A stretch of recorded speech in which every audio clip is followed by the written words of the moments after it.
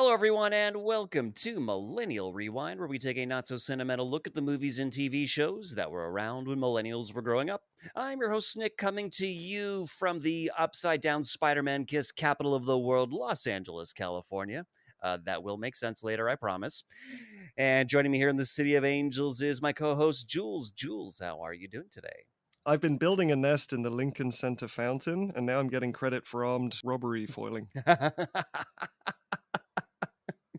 I did see that in the New York Post. And joining us from the wrist of Southern California, the Inland Empire, is my other co-host, John. John, what's happening? I'm revolutionizing the healthcare industry with vertical CPR. I hear you get the best leverage like that. God, before we get started, if you like what you hear today, please do us a favor and hit that subscribe button. Also, be sure to share the show with anyone you think might like to listen as well. And all of that is because we watched the 2002 Spider-Man movie starring Toby Maguire and directed by Sam Raimi. And John, how would you tell somebody you watch Spider-Man without using the title? It's simple, really. With great power comes great responsibility.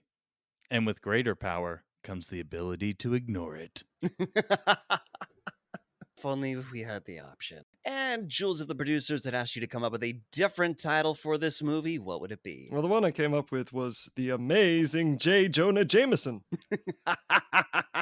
He is indeed.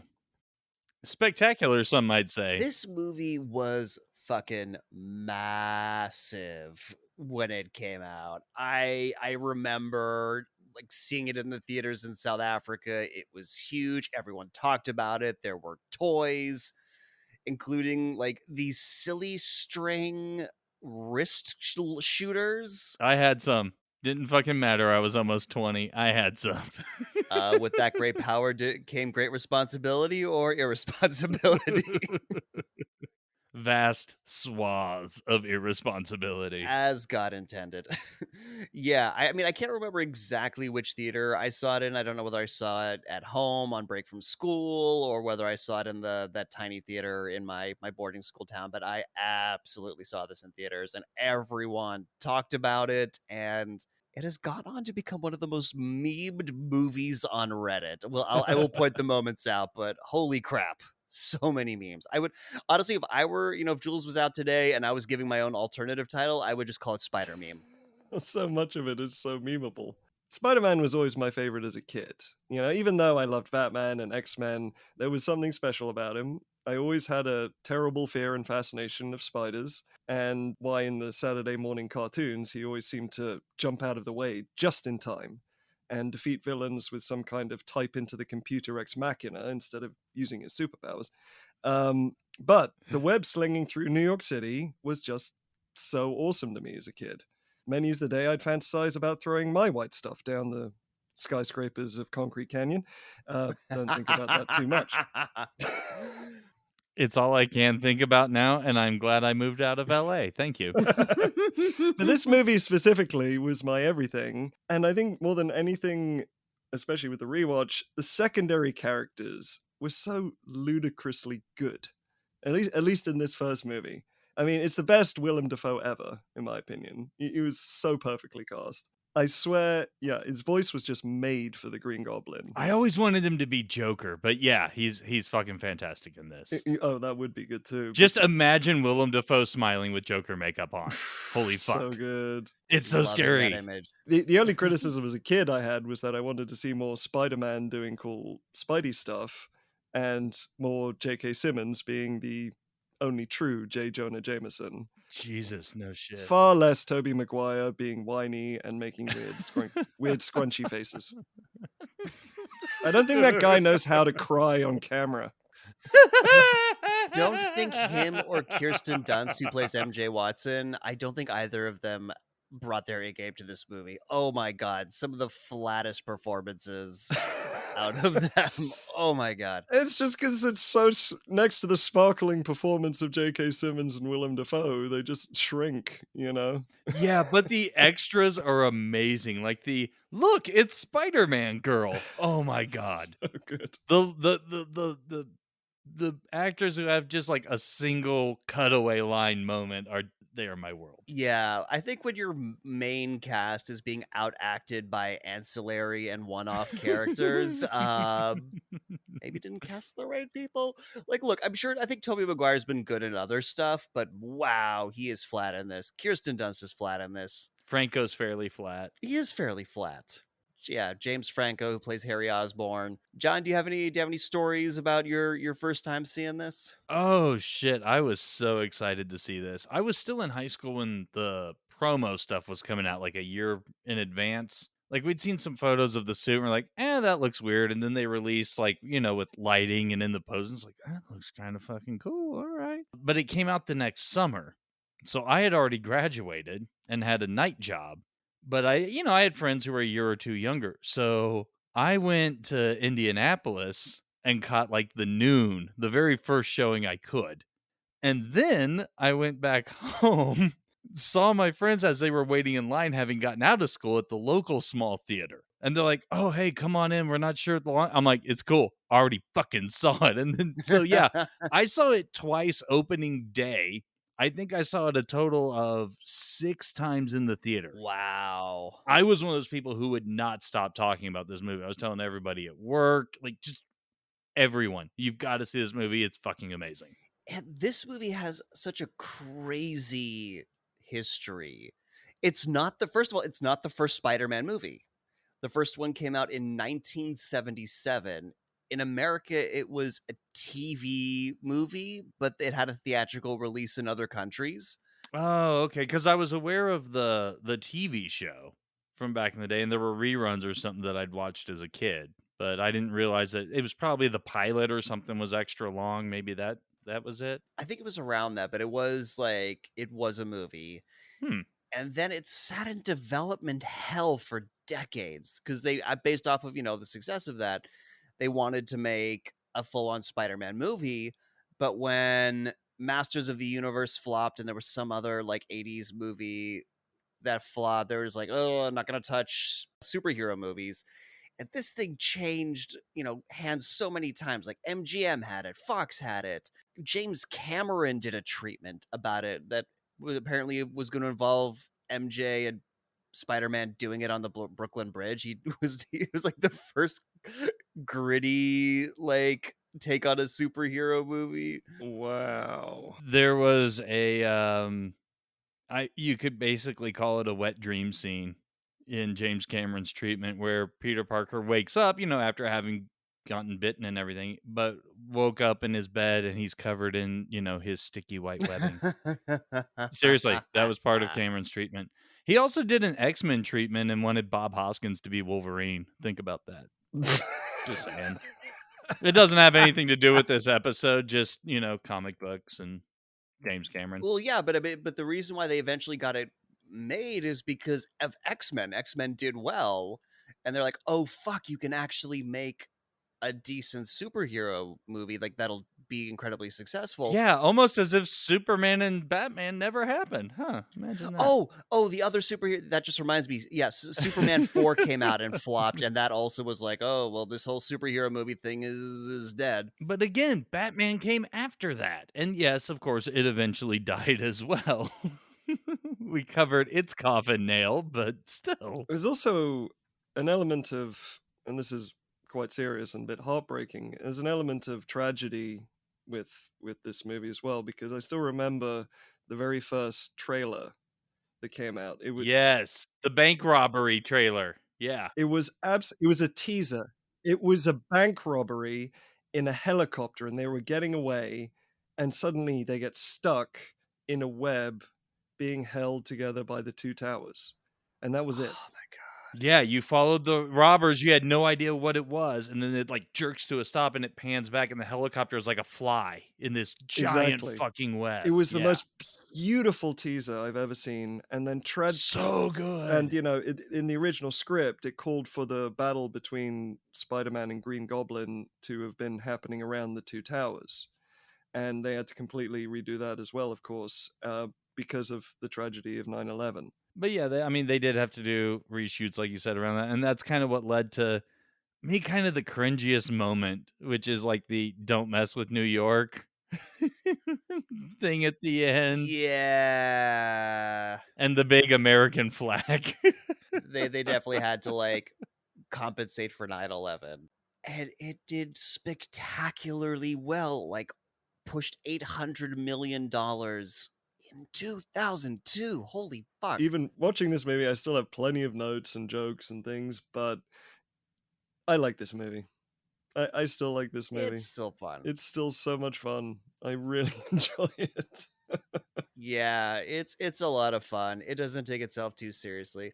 And just one final thing, like, it's crazy because Sony still owns the rights to Spider-Man. Like, we associate Marvel with Disney now, but they still own it.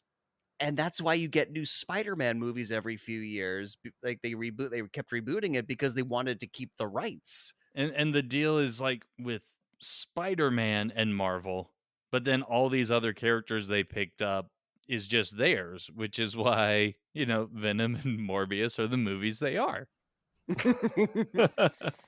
I'm so disappointed. Just a side. I mean, like, he's a better Venom than the Venom we got. I think it was in the third movie, the third Sam Raimi. Oh Oh yeah, god. but there's a whole thing about why that Venom turned out the way it did anyway. But yeah, so. Venom was one of my favorite villains as a kid, and it was very disappointing that I haven't seen a good version of him yet.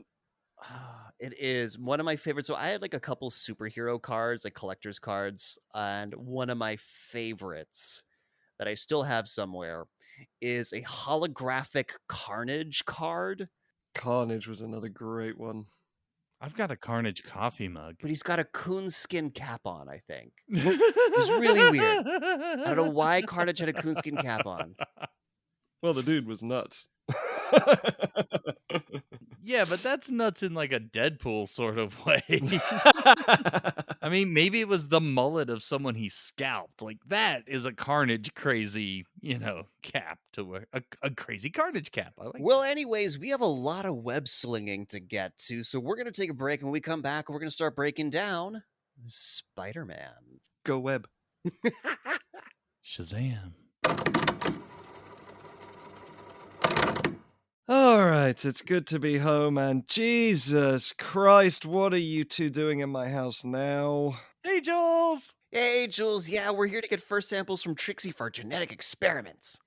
I'm gonna regret this, but what genetic experiments? Well, we're inspired by Spider-Man, where they combined the DNA of 3 spiders to create a super spider, and that bit Spider-Man and gave him his Spider-Man powers. Yeah, so what we're going to do is the same thing, but with dogs. I asked. Why did I ask? Yeah, so we're going to combine Trixie's athletic German Shepherd DNA with the strength of Pitbull DNA and the raw killer instincts of a Dachshund. You are aware that dogs are the same species. They can naturally mate together. And I don't think that's how Dachshunds work. I had dachshunds growing up, and they are bloodthirsty little fuckers. Whatever. This is absurd. You've got to stop breaking in my house. I just want to lie on the couch. Someone's just jealous we're getting the dog DNA powers. High five! High five. You are not allowed to high five unless you know one thing about DNA. Tell me one thing about DNA.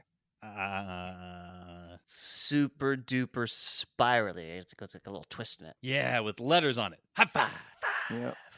That's what I thought. Take your bottles of aftershave and your weird petri dishes and just leave me alone. All right, but I'm keeping the fur. Drop it, John. Drop it. Sad dog noises. By the way, Nick, when it's your turn to do sketches, are you always going to do ones with you guys home invading me? Yeah, probably.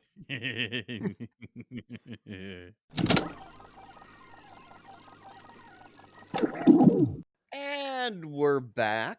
And I did not realize this Marvel intro, like the one that you see at the beginning of like all the movies now, is this old. Like the flipping through the comic panels, and it like eventually like blends into the red Marvel screen. This was before they started making them a little bit more specific, because this is more like comic pages flipping.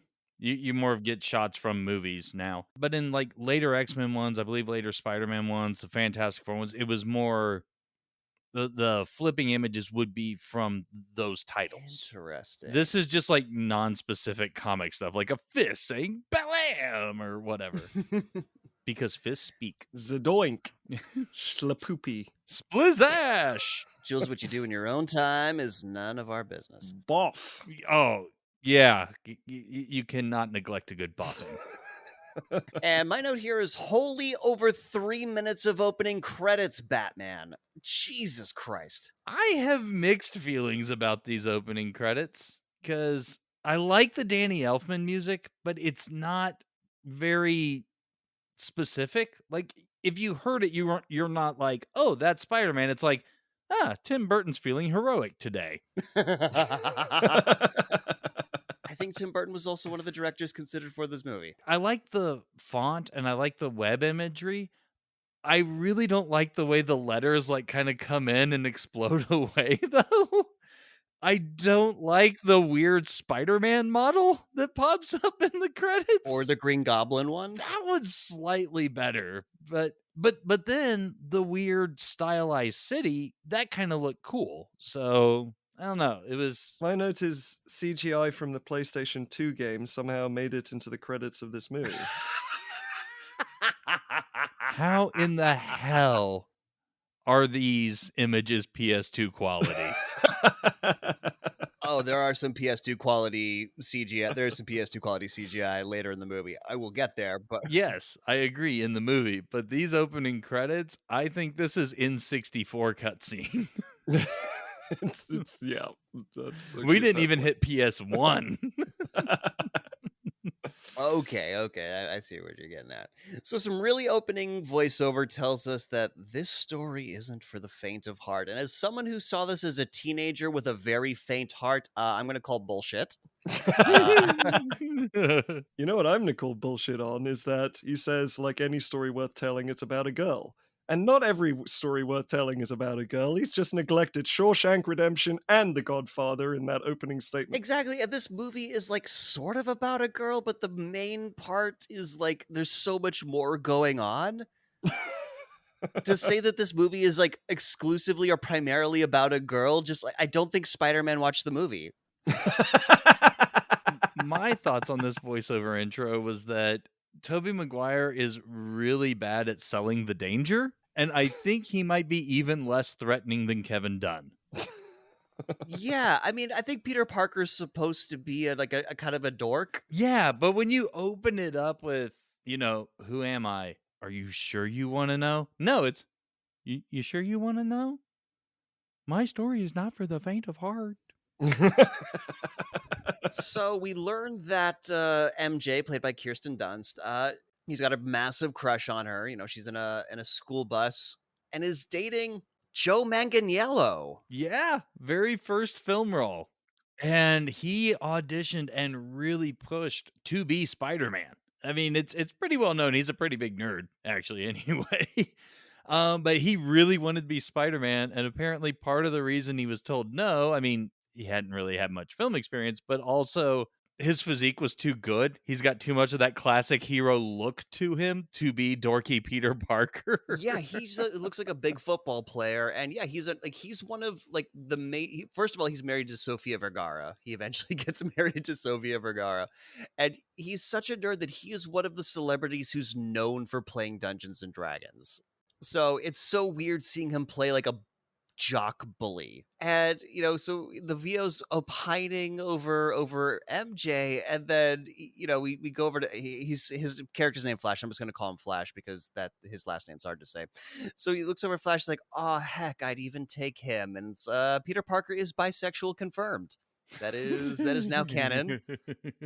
This is apparently the first donut this guy has ever eaten because he doesn't realize that he spilled jam all over his pants as he bites into it really hard. Yeah, who the fuck bites into a jelly donut with the hole to the side so that it squirts out? Come on. Exactly. I mean, boy, will his crotch and face be red. Hey, but I think that was a bad joke. I kind of liked it, to be honest, but it's Sam Raimi, so I kind of think it's intentional, where Peter's like, man, I'd even be that guy. The guy who doesn't know how to eat a fucking jelly donut properly is a step up in the social hierarchy. So Peter Parker's running after the bus, and like everyone's just like loving watching him run after the bus. Even the fucking driver is just like, this fucking kid. Yeah, movie accurately depicts teenagers is my note here. Fucking worst. And we'll see in just a brief second when they finally stop that, even the dorks on the bus don't want him to sit with them. There's a very Forrest Gump moment, but I noticed it never clicked with me before that the driver is also a massive dork. Who is the driver? Well, it doesn't matter who he is. Did you get a load of his life preserver? Dork thinks he's gonna drown. What life preserve? What? I clearly was not paying attention. Jules got it. He's basically got a Marty McFly vest on. It's a Back to the Future reference. Oh, gotcha. I think it's important that the bus only stops because MJ insists that the bus stop. Yeah, seriously, one of the students has to tell the driver to do his fucking job. On the other hand, I grew up in a place that if you weren't at the bus stop, you weren't getting picked up. So yeah, he was late. He admits to being late when he gets on eventually. But apparently he's been chasing them for blocks. Like he's been chasing us since whatever street. I don't know how far away that was, but it was far enough away to mention the street name. So cut to Columbia University. The class is there on a field trip to go visit the university's science department. And this teacher is already over these kids' shit. Like, he's had enough of their shit. I actually really like the teacher's performance. I love his performance and how over these kids shit he is, but how is he the youngest looking person out of the entire class? Well, he's definitely shorter. It seems like there's I know, this but guy he there. just looks younger. I looked this guy up to try and figure it out, but he has a total of 6 credits. Wow. Yeah, this is like the second to last thing he ever did. Well, that's a shame. I thought he did very well. We're not going to have another incident like we did at the fucking planetarium. Y'all just like keep your shit together. I really want to know what happened at that planetarium. Planetarium. Yes, sorry, the planetarium. Obligatory South Park reference. Peter Parker thinks that like MJ's waving to him, but she's waving to her girls behind him. These friends who will never like be characterized or like they'll show up once or twice and then that's it. Yeah, just more of hammering home the point of he's the outcast. Yeah, then James Franco rolls up in a Rolls Royce with his father, Willem Dafoe. And it turns out that James Franco has just been chucked out of every private school Willem Dafoe sent him to. So that's why he's going to public school and he's very embarrassed that he's rolling up in a Rolls. Yeah, the line that Willem Dafoe has is "Don't be ashamed of who you are." And my note is, I'm constantly ashamed of who I am. And look at me now. I'm doing a podcast with my friends and earning nothing from it. So you see, I forget what point I was trying to make. You should have listened to Willem Dafoe. That's right. I love that this conversation between them inside the car takes place outside of time. And how do you figure that? Because after the little MJ wave thing, Peter's walking across the street where the little drive lane is right as the Rolls pulls up. And then they have this minute or so conversation. And he's still just on the other side of the car when Harry gets out to catch up to him. It's not like Peter's waiting for him. Also, how long ago did Harry get thrown out of these private schools? Because there's been enough time for him and Peter to become friends somehow? I mean, when you are that outcast like Peter Parker, I think you'll latch on to anybody. I mean, they don't really establish much friendship between these two aside from just conversation. No, I get that Peter's definitely the sort that would glom onto somebody, but I don't get why Harry would have, or how they would have had enough time in this adaptation. Who knows? But the movie's letting us know that they're buddies. James Franco gets out of the car, and Willem Dafoe runs to give James Franco his backpack, and this backpack is brought to you by JanSport, definitely a sponsor of this movie, as we'll see later at Times Square. And he meets Peter Parker, and he finds out that Peter is into science, and he's something of a meme himself. I mean, he's a bit of a scientist himself. That he is. You stole my note. It was, I'm something of a meme maker myself. Yes.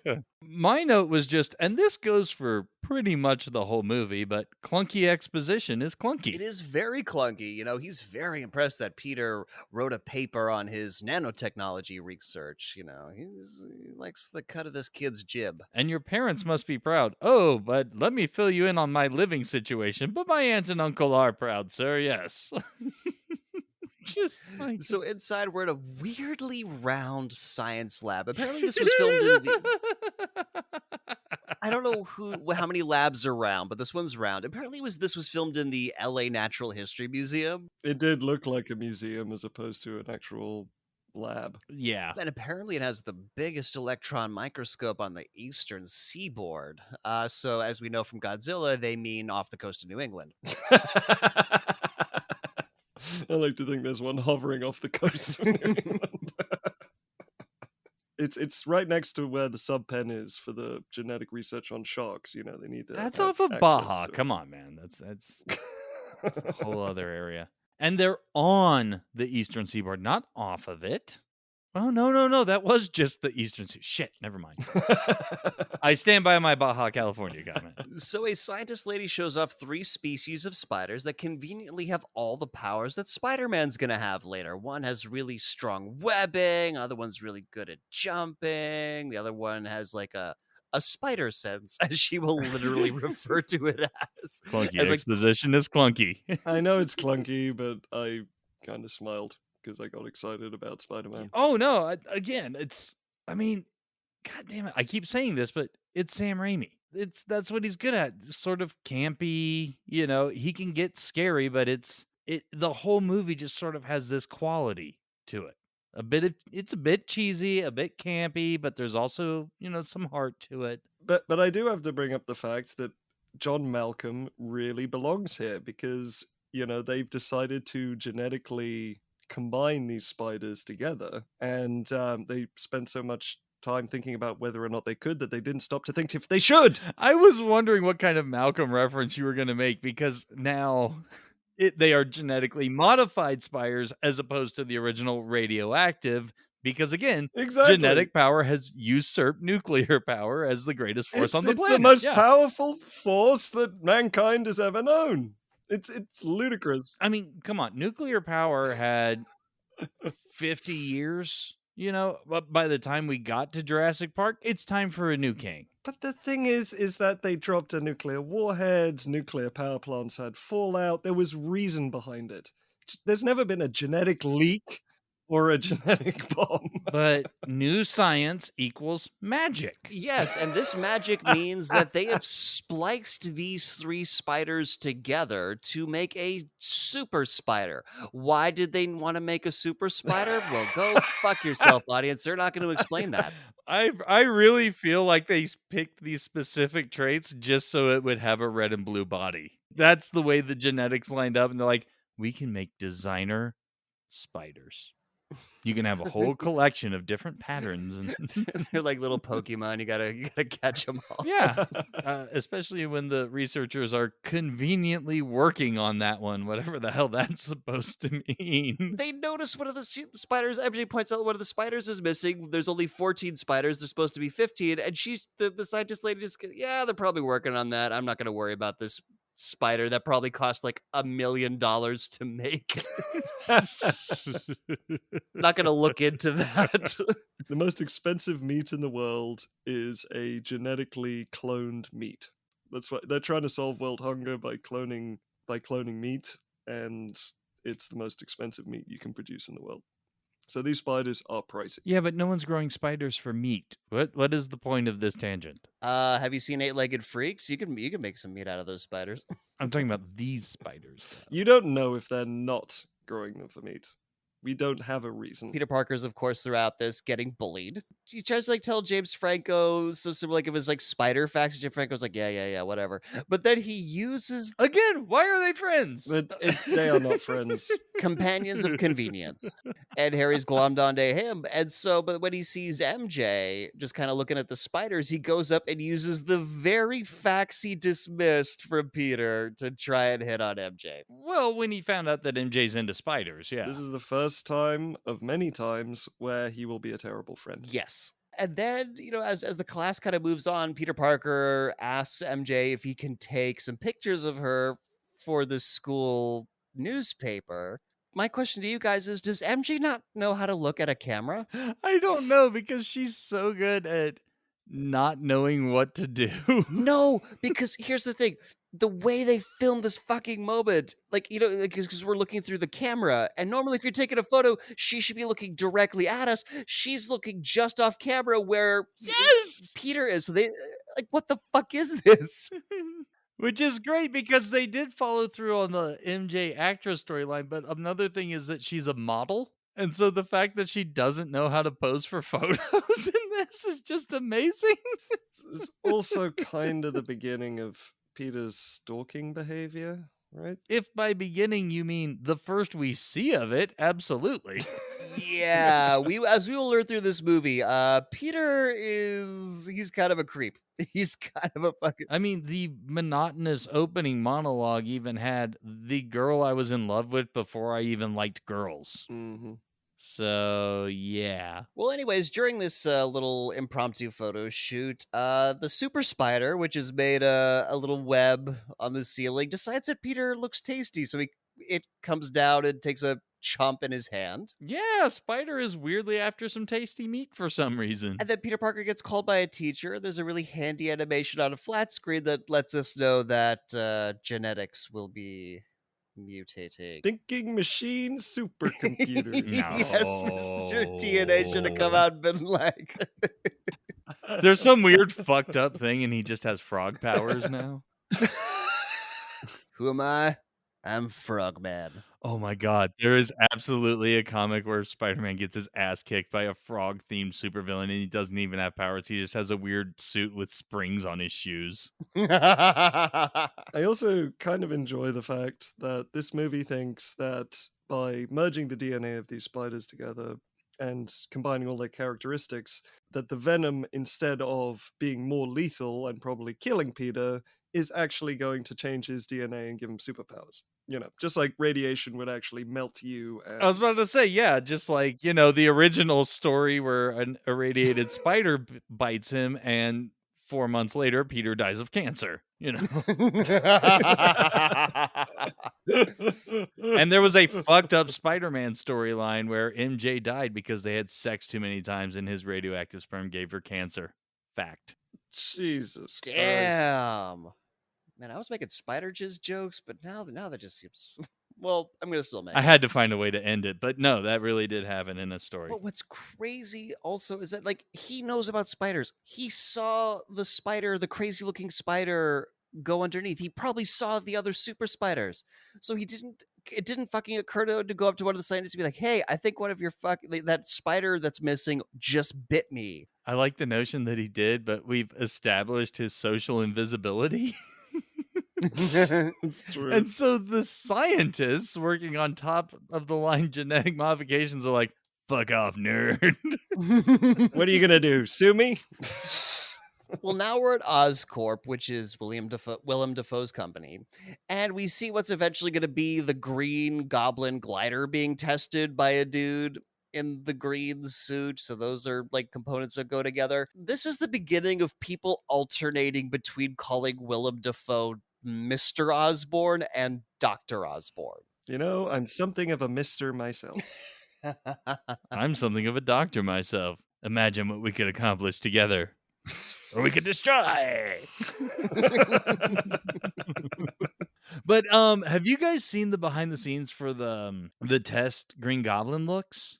Because they had a prosthetic / animatronic like mask to make it more comic accurate. Huh. It's creepy as fuck. It would have been amazing. Anyway, I don't know why they went with that helmet. We will get to the helmet. All right, fine. Probably softening the blow. Sometimes they want to make it more kid friendly, but still creepy. I think they just wanted it to be more of like because this is stuff that's being developed for military application, that sort of thing. So it wouldn't make sense to have it more like a Halloween suit. I still don't get the design of the fucking helmet though, if it's supposed to be a military thing. I get the suit, I get the kind of like over top of the head goggle Yeah, kind of goggles, glasses, which were weirdly a thing for a short period of time. There were sunglasses for like extreme sports or whatever that were made that way instead of going along the side over your ears. They literally went over the top of your head. Well, anyways, there's a group of generals there. The general doesn't care for this glider. He's seen the glider. He wants to know about the performance-enhancing drugs. And Willem Dafoe's like, cool, yeah, we're ready for human trials. Like, worked really well in the test. And scientist Buzzkill comes and says, no. There were some issues with the rats, and we need to go back to form. And Willem Dafoe's like, what the fuck, dude? Shut the fuck up. I'm trying to make a sale here, asshole. The scientist says the side effects are violence, aggression, and insanity. Yes.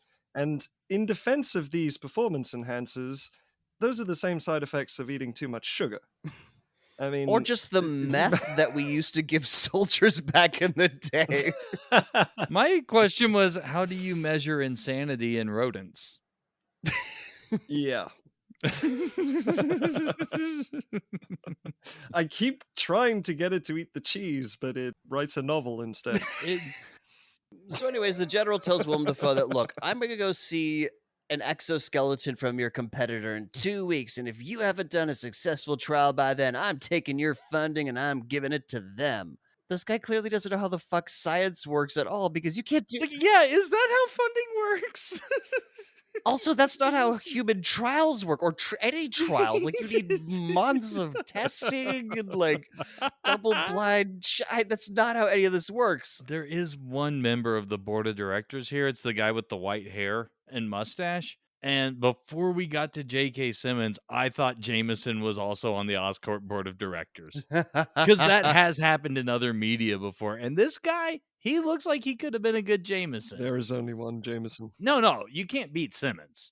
But this guy could have done a good job. So cut to Uncle Ben changing a light bulb because he's an electrician. No, it's because he can't afford an electrician.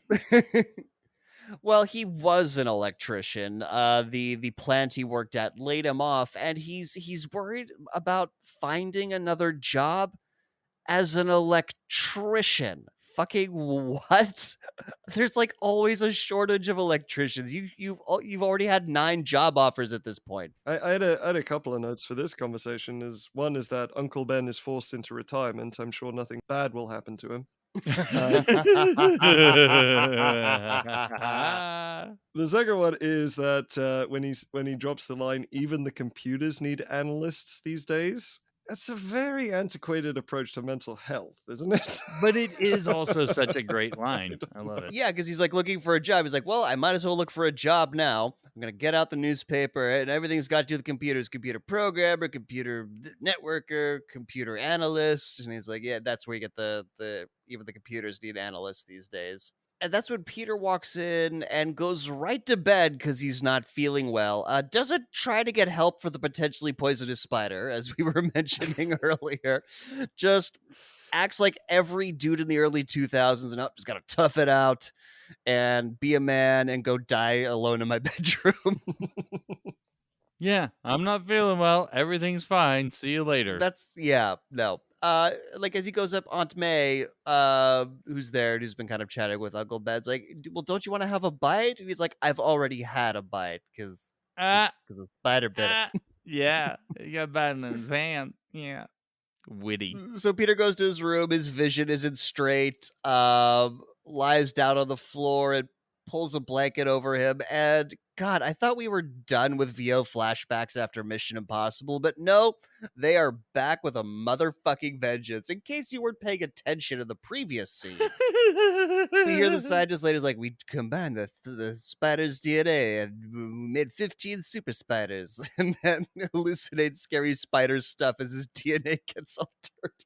Oh yeah, again, it's weird and cheesy, but also like there's skulls. Yeah, there's fucking skulls. Just like lightning skull, or those skulls with flashes of lightning. Sorry, a lightning skull would be really fucking badass.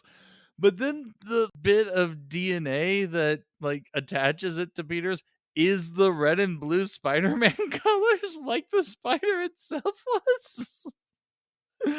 It's so weird and yet so effective. It's bananas, but in a good way. Back at Oscorp, Willem Dafoe has decided to take the performance enhancers, test them on himself. Buzzkill Scientist is with him and being like, no, let me set up a trial. I'll get a proper volunteer and a team, and like we'll have it ready in 2 weeks. Like we don't have time for 2 weeks. There's no time. There's no time. There is no time. It's gonna take way too long to do that. They only have 2 weeks before they're apparently the entire corporation is funded by this military contract? Yeah, this military contract for like this one product development. Like, do you not produce anything and sell it? Maybe their company is like all military contracts, and for some reason there's a clause that everything goes with this? I don't know. It's weird. Now, the point is they don't have time. They don't even have time to warm up the steel bars that go over his chest because he goes, ooh, cold. No, they don't. And I've always loved that line. Like, Good. he seems surprised by that fact. It's like it was genuinely cold, and that was just Willem Dafoe being like, "Oh fuck, cold." Yeah, I think so. But also, Buzzkill Scientist is really not good at his job. Willem Dafoe, as he's undressing and getting himself ready, he asks for this chemical promo, chlora, whatever. And the dude has to ask him why. Like, what's that for? Have you not been part of these tests thus far? Do you not know what fluids and chemicals you need to run this experiment? God damn it, Buzzkill Scientist. Also, Willem Dafoe shows a complete disregard for laboratory safety by casually breaking the glass bottle on the floor. That is a hazard, Willem.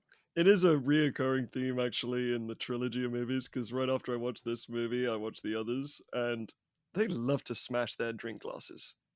There's even a moment with Doc Ock in the second movie where Harry is drinking and Doc Ock climbs the building, knocks him over, his drink falls, Doc Ock catches it with one of his arms, finishes the drink, and then smashes it. It's like constantly, you'll notice just little moments where they just really enjoy their drink smashing. I just thought that Willem Dafoe was a Viking berserker asking for another round. And this elaborate gurney system that he gets strapped into is the most pointless fucking thing ever. 'Cause he gets strapped into it, it goes horizontal, it gets put through this like very narrow port, He goes like, yeah, like the dog door. the dog door, then he gets lifted up in the gas chamber, they close him up, they gas him, and then after he has his fucking heart attack from the gas, Buzzkill Scientist just goes through the side door. Yes, there is no reason for this body delivery mechanism when you can just walk in. Just have the thing in the gas chamber, walk in, get strapped upright already, and then have the person walk out the side door. Like, Jesus. Also, these restraints are shit because there's way too much space. When he's having his seizure, the part around his head is so loose, you could just crack your skull open shaking around in that thing. It does not, there's no stability involved. There's some very bad sciencing. I know we're talking about like a super soldier enhancement drug in a gas chamber, but yeah.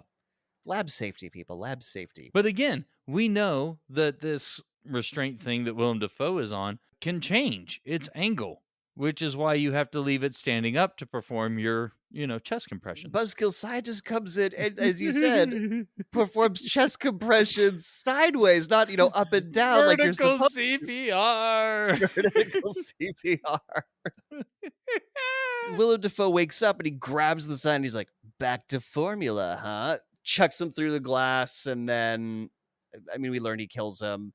He jumps out of the gas chamber, adopts the Green Goblin squat pose for reasons. Very good, very good. I loved it. I'm sorry.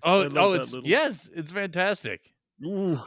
There is so much of this movie that's just for reasons, but It's like, here he comes. So Peter wakes up and realizes that he doesn't need his glasses anymore, and he looks in the mirror, and in fact, he is toned as fuck. Don't you love it when you have a fever dream and you wake up ripped like a motherfucker?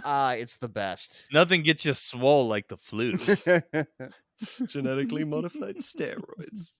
Warning, Side effects include violence, aggression, and insanity. So Aunt May comes up and asks him how he's feeling, and he's fine. He's like, any changes? And he looks down at his dick, and he's like, yep, big changes. So spiders have big dicks confirmed. Oh, I had this 30-year-old high schooler finally got his pubes. Everyone who's supposed to be in high school in this, I mean, it's the movie thing where they're in their 20s, but I had to start looking up birth dates. They're younger than I thought they were in this. 25, 26 max. But that looks like the minimum age for everybody. Kirsten Dunst turned 20 the year it came out, so she was very much right there. I thought I saw gray hair or two in Toby Maguire's hair at some point. In his maybe pubes. that's just me.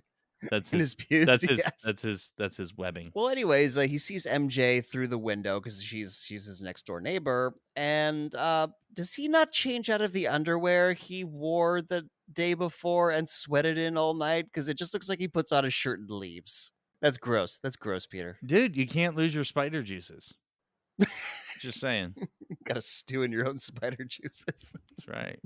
That includes sweat. So he rushes down the stairs, does a Matrix run on the wall, and just doesn't get yelled at by Uncle Ben and Aunt May. Like, I would be fucking killed if I did that as a kid. I always loved this little thing, and if I ever tried to go downstairs like that, I would absolutely need someone, standing ready with 0118-999-8899. Little IT crowd reference for you. 3. So despite not having eaten the night before, he leaves for school without breakfast. I'd be fucking starving at this point, especially like if your dick got big and you got ripped. I'd be like, yo, I need some pancakes. I need some sausage. I need some fucking breakfast, man. But nope, he does not. His newfound spider girth sustains him.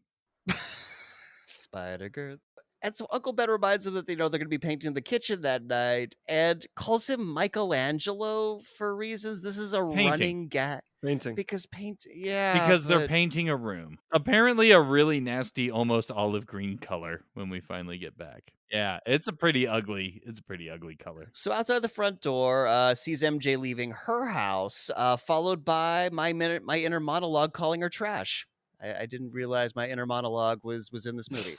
Wow. Sorry, I mean her dad. That's a bit harsh. Yeah, I'm very hard on myself. I need to work on that. I thought you meant internally you were calling Mary Jane trash. No. My internal monologue with myself is just me calling myself. You want to clarify that. You came across as really douchey there. Oh.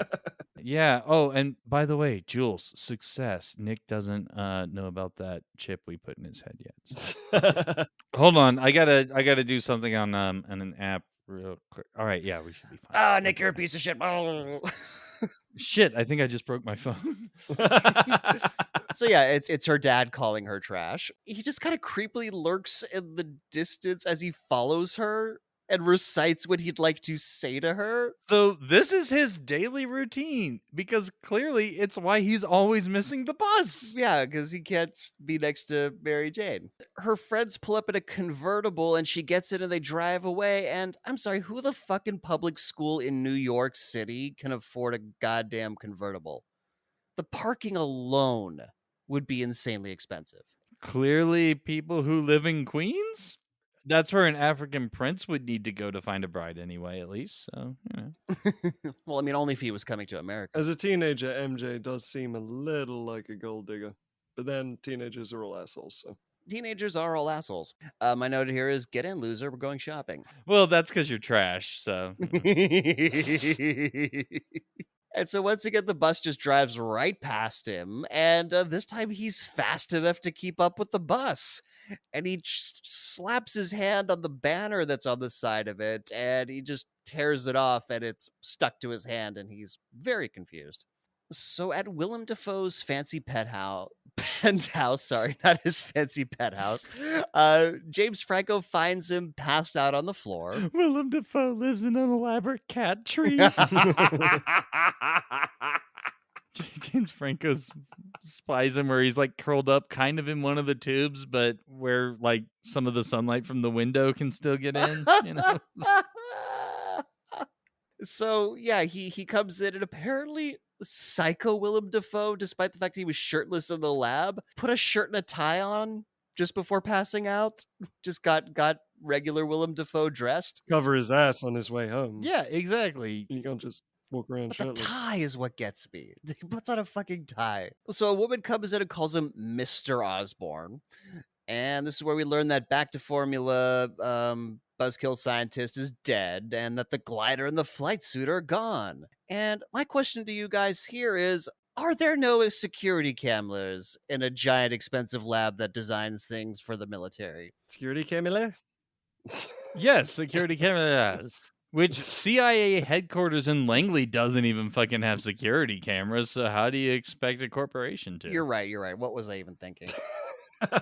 Something illogical, no doubt. Well, in the high school cafeteria, Peter's having lunch, and MJ walks right by him. Well, she's about to walk right by him and not notice him, but she slips on a puddle of grossness, and he catches her with one arm, grabs her, catches her tray in his one hand, and he like moves it around really, really fast to catch all her food, and it just kind of neatly plonks back on her tray. Actually done. There were people out of frame that dropped it at the right time, and I don't remember how many takes it took, but they put adhesive on the bottom of the items and literally dropped them, and he caught them all on the tray, including the bowl of Jell-O that lands on top of the milk carton and wobbles for a bit. Wow. He actually caught all of that shit falling onto the tray. I love that. That's another job though I want on a set. You know, we had the spider guy before for Leprechaun. I want to be the food dropper.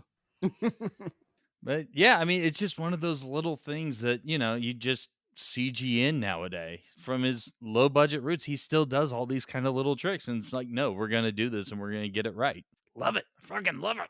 So she notices that he's not wearing his glasses, but he's like too nervous to say anything. He's like, whatever, girl. And so she leaves, and he notices that a fork is like sticking to his hand. He's like, oh, the fuck's going on here? And he pulls the fork, and it's attached to a web. So he came on the fork. He has an involuntary wrist ejaculation because a web just splooges across the cafeteria, latches onto a tray, and he yoinks it, and it hits Flash behind him. And then he goes and takes the tray for a walk. Hadn't been outside in a while. He leaves with it. Everyone sees this. Nobody's like, I'm sorry, is there a fucking web on his wrist? Is Peter Parker a Spider-Man? I assume they thought it was a prank. Who is ever going to think of that? To be honest, it's just like there is weird ass Parker doing some weird ass thing with a fucking tray and some string or whatever the hell that is. What a goddamn dork. So Flash did not appreciate getting food splattered on the back of his head, so he follows Peter out into the hallway. Peter's spidey sense tingles, and we get this really interesting shot where we're like zooming through the hall, like he hears paper airplanes getting thrown and a fly buzzing. Like these effects really hold up. I actually really enjoyed this. Yeah, this was a good depiction of the Spidey sense. I was curious how you guys would feel about the effects because I once again watched on my DVD copy. So not the best quality, but there's plenty of stuff that even by your fifth theatrical viewing, there's shit that wasn't holding up then. But yeah, this section definitely. His spidey sense also helps him avoid getting punched in the back of the head, because that's what it's there for. And so Flash punches it and dents the fuck out of this locker. It's really not that hard to do, to be honest. And doesn't feel any of it on his hand? No. That would hurt. I'm sorry. I don't care how hard Flash is. All right, well, we're going to go to a local school and we're going to start punching lockers. Just 3 adult men punching lockers. See how it turns out. The hardest part about this is going to be deciding our montage music. Let's be honest. Stop trying to lure me to schools, Nick. I hate school. So he dodges a flurry of blows while a crowd forms around them, and he does a limbo, and then at some point, like, he dodges a punch, and he looks up and down Flash's arm in slow-mo, which is also a really cool effect. And at some point, his Flash's shitty bro bud, like, tries to attack from behind. Peter backflips over him, and the bud is just like... He does a standing kind of hover double back somersault? It's wild. Gravity has a toggle switch in this movie. That's all I'm saying. It's very true. The guy who like tried to attack Peter from behind just takes one look at Flash, he's like, yo, dude, he's all yours. I'm not fucking with this. Smartest character in the movie. He just Nope. I tried my best, and my best wasn't good enough. I'm not getting fucked up by this weirdo. And so he eventually starts blocking Flash. Like now there's actual physical contact being made. And then at some point just crushes his wrist and punches him down the hall. And then Flash crashes into a teacher carrying food in the hallway for reasons. And he gets splattered. He gets bukkakied with food. I was gonna give you shit for saying that he got bukkake, but the teacher does have like coleslaw and chocolate pudding at the same time, and they definitely got mixed together on Flash's face. So yeah, don't make that face, Jules. I'm not the one who put it in a movie. Well, I didn't put it in this movie. But, Well, anyway, so James Franco saw this and he's really impressed. He tells Peter he's amazing because, he's the amazing Spider-Man. He gets called a freak and it's like, what the fuck is he supposed to do? Get the shit kicked out of him? Fuck all y'all. And MJ is also seemingly unimpressed that Peter punched Flash. I mean, she's dating him, so obviously, like... I think if he just punched him, knocked him down, maybe knocked him for a loop a little, it'd be fine. But he punched him down a hallway. Flash's chest is definitely caved in at this point. I mean, Jesus. At the very least, he does not have a sternum anymore. No shit, it got shoved through his spine. So Peter runs away because holy shit, that freaked him out even. And he decides that the best place rather, to think on what just happened is a random alleyway. He kind of ducks into a random alley. And then he looks at his hand and he sees like these little barb things coming out of his fingers and stuff. And my note here is you might not want to jerk off for a while until you learn how to control those. Just my advice. He can already wrist jizz, so... yeah. I love the barb thing. The only problem is that if it is through these barbs that stick out of his fingers, how do his feet stay attached to this wall? That is a fantastic question. Through shoes! Very thick shoes. Or after the wrestling match when he's got his big thick gloves on. There's no inconsistent logic to this. But yeah, he sees a spider in a web that's in a ring of razor wire. I mean, he gets it. He's like, oh shit, I got bit by that crazy spider. I must have spider powers. And so he climbs up the wall and he's like digging the fact that he can climb up the wall. The simple practice of rotating the camera. It's so fucking effective in these shots. And so cut to him running along, rooftops, and holy fuck, late 90s, early 2000s human 3D modeling is goddamn nightmare fuel. Just remember, this was like the time of Polar Express and all that kind of shit. I don't think they knew how to land. Yeah. I mean, The Matrix came out before this, so they had a blueprint to work from. Yeah, but Matrix was people on wires. This is computer modeled people, and the gravity does not function well. The rooftop jumps later on when he's using like parade balloons as trampolines, the gravity's just weird. It's just floaty. Yeah, we did not have this shit figured out back in 2001, 2002. But yeah, he eventually stops at a rooftop and like across the way he sees a crane. Oh, this is a fun moment. He tries to figure out how to like do the wrist jizz on purpose. And DC Comics exist in this world? Not the only time DC Comics exists in this world. But yeah, he's like, tries different hand gestures, activation phrases, including Shazam. And up, and away for Superman. Go Web! Yeah, you can't forget Go Web Go. And he throws up the horns. Gives it a little waggle. We did that so fucking much after this movie came out. Me too. I think that was If anything was awesome, you just Go Web Go and throw the horns up. You gotta do the little shake. I'm just slightly disappointed that he didn't say Go Go Gadget Web. Go Go Riches Webbing. Thank you, Jules, for the musical accompaniment. And so eventually he manages to splooge of his own accord. It's kind of like the silly string toy we were talking about. He shoots like little spurts of it, and then eventually he gets one to latch onto the crane. Yeah, and this is might as well for his first test ever on what this stuff is, how strong it is, anything. It's May as well jump off this building, I suppose. Had a fight at school. My life is over. I mean, teenagers are morons, though. They are morons and they do ridiculous shit. This is true. So he swings on the web, slams into a wall, like across a street, by the way. A well-populated street. My note here is everyone saw this.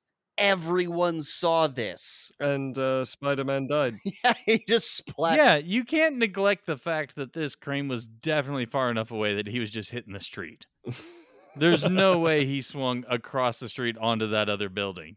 Because he's still at like the low point of the swing when he hits that wall. Yeah, it only makes sense if he shot another one and then had the web attached to the building, and then but he hasn't learned how to do that yet.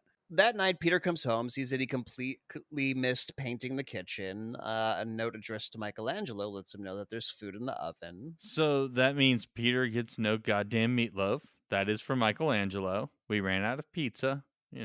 Raph and Leonardo and Donatello ate all the rest of it. But hey. Ninja Turtle Spider-Man crossover. It's just going to be another meal that Peter won't eat.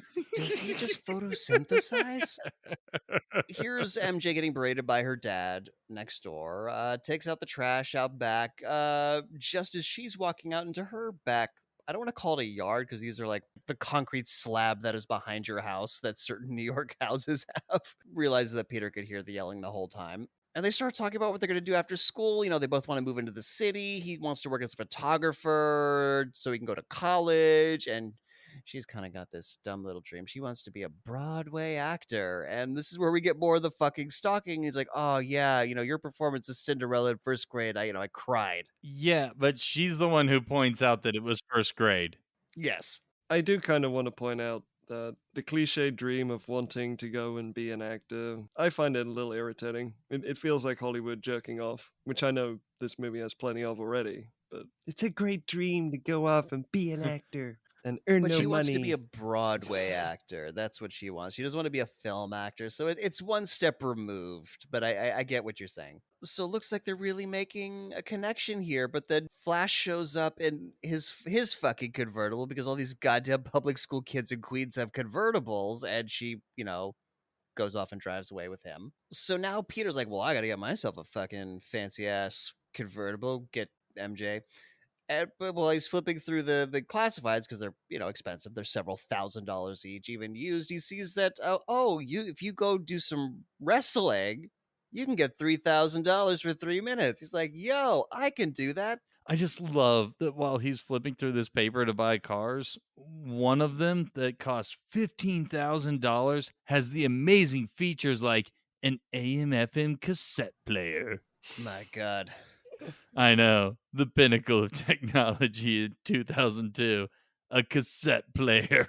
My mother's 92 Camry had a fucking cassette player. This is bullshit. It's like, yes, CDs were definitely a widespread thing at this point. Come on. But colorful characters are a must for this wrestling tournament. So you got to have a nice design montage, flipping through different designs and symbols, and MJ in a fucking convertible driving towards us. And then we get web montage brought to you by Dr. Pepper.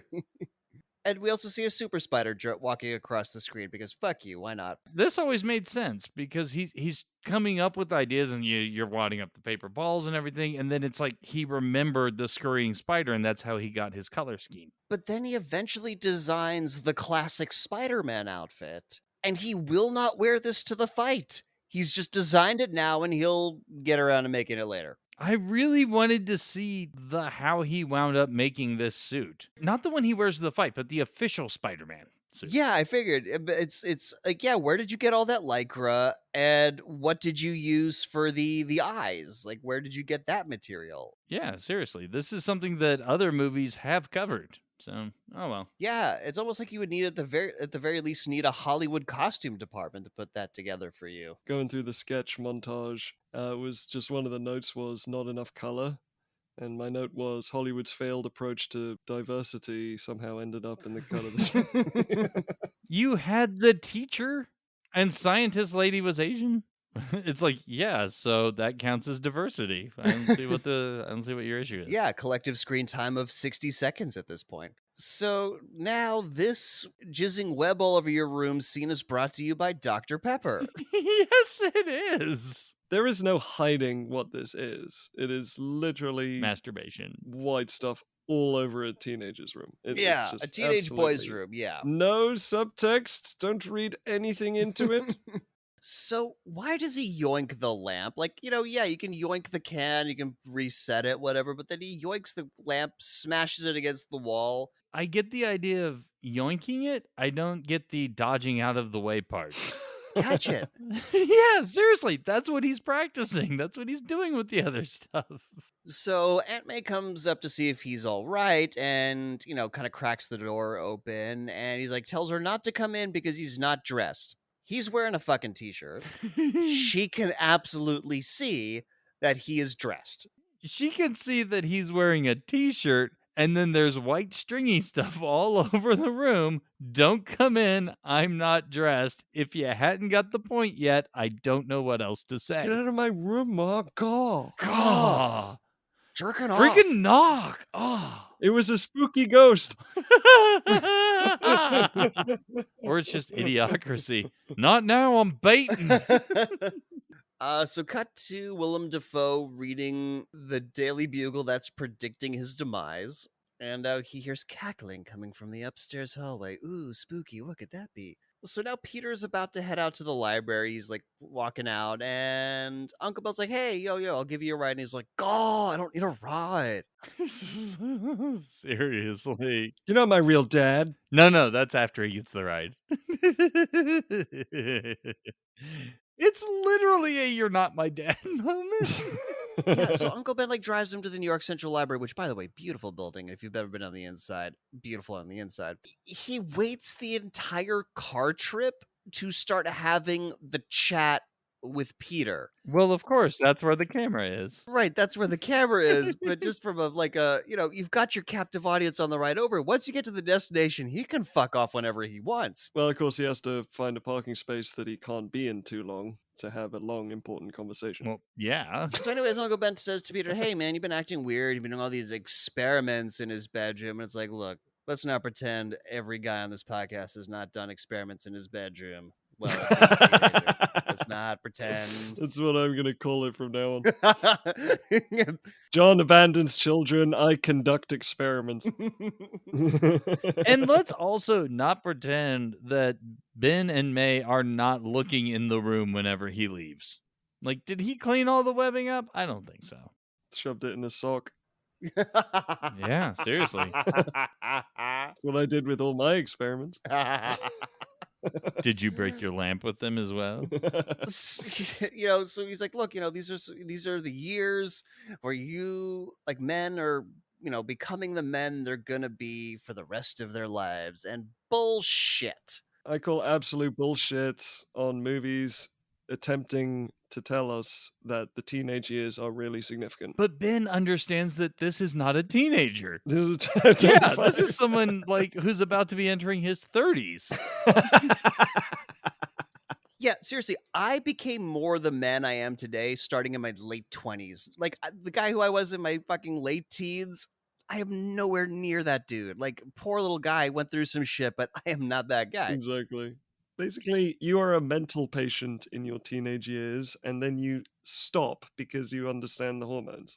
Yeah, and your brain finishes developing at 25, which also, incidentally, is the same age that Leonardo DiCaprio will dump you. So that's when he dumped me. Yeah.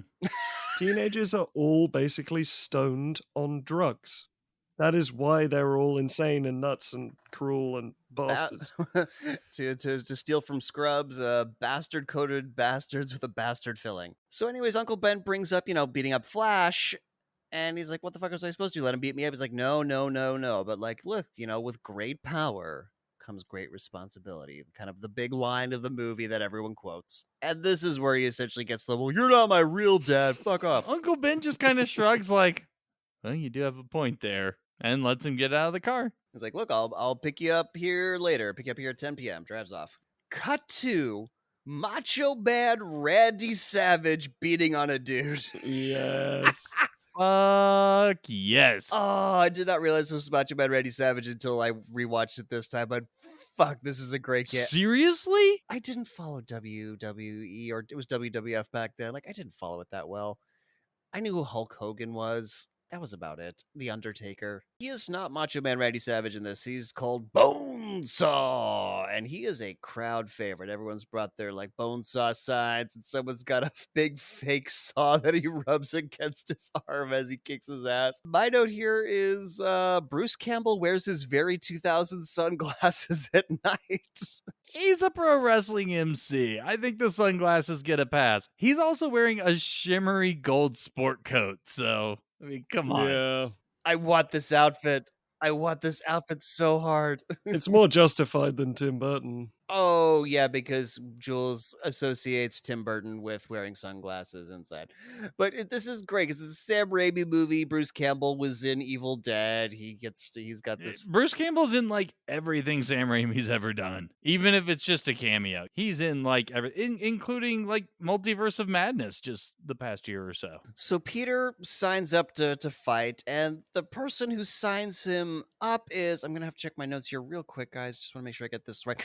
A future Academy Award winner, Octavia Spencer. God damn right. Casual Octavia Spencer is casual. Ludicrously casual. And I'm going to say in the 30 seconds she's on screen, she outacts Kirsten Dunst for the entire movie. Handily. Yes. It shows him like, look, there's not a featherweight division, right? He's like, She has got snark in spades. she's so good. But as Jules just said, very casual with it. She's not like being over the top sarcastic or anything. Just, She's like, perfect. by the way, that we accept no legal liability in the event of your. I think that's how she got the role, to be able to recite this legal disclaimer as if it's something she's just said hundreds of times every single day. And then just not giving a shit. It's like, all right, you said you're here. No one's forcing you to do it. All right. So yeah, like you're going to the fucking ICU pretty soon. But And so Bonesaw defeats another dude, and Bruce Campbell goes to like the entrance way. And God, Bruce Campbell's announcer voice is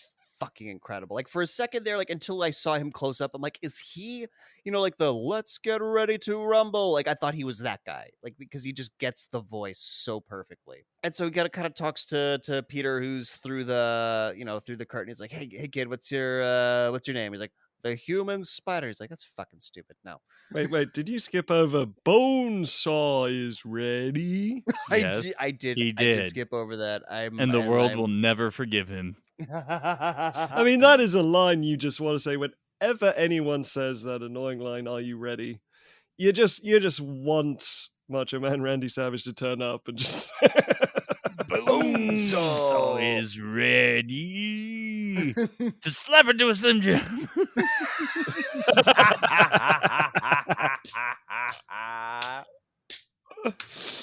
Oh man. And by the way, if there is not enough Randy Savage, just wait until the next time I can convince these guys to do Baywatch again. Oh, yeah. That's right. So Bruce Campbell introduces him as the Amazing Spider-Man. He's like, when I got my name wrong, he's like, get the fuck out there, kid. My name's the Human Spider. Yeah. And they're like, I don't give a shit. Get down the goddamn ramp. Also, the reveal is kind of hilarious because everyone's expecting him to already be in Oh, yeah, it's fantastic. the pristine Spider-Man outfit, and he's there in like pajama tops and like fingerless woolen gloves and a balaclava, and he looks ridiculously crap. It's spectacularly bad. I love it. It's a red sweatshirt that I guess he cut out some cardboard for a spider and web design and then lightly did some black spray paint to silhouette it. Yeah. Something like that. And so he gets into the ring, and Bonesaw's hoes are taunting him as he walks down in studded pleather outfits. Like, I mean, this is my fetish, but Peter gets into the ring as the Amazing Spider-Man. Oh shit, it's a cage match. Cade descends. He's like, hey, I didn't sign up for a cage match. Well, sucks for you, kid. You're locked in now. Yeah, you also didn't sign up for MMA because this pro wrestling demonstration gets decided by knockout and no one gives a fuck. Like there's no selling it. he just grabs a chair and beats the fuck out of Peter with it, or tries to anyway. Oh, there's a great because it's very of its time. But when the fight starts, Spider Peter jumps up onto the cage to like get out of reach of Bonesaw.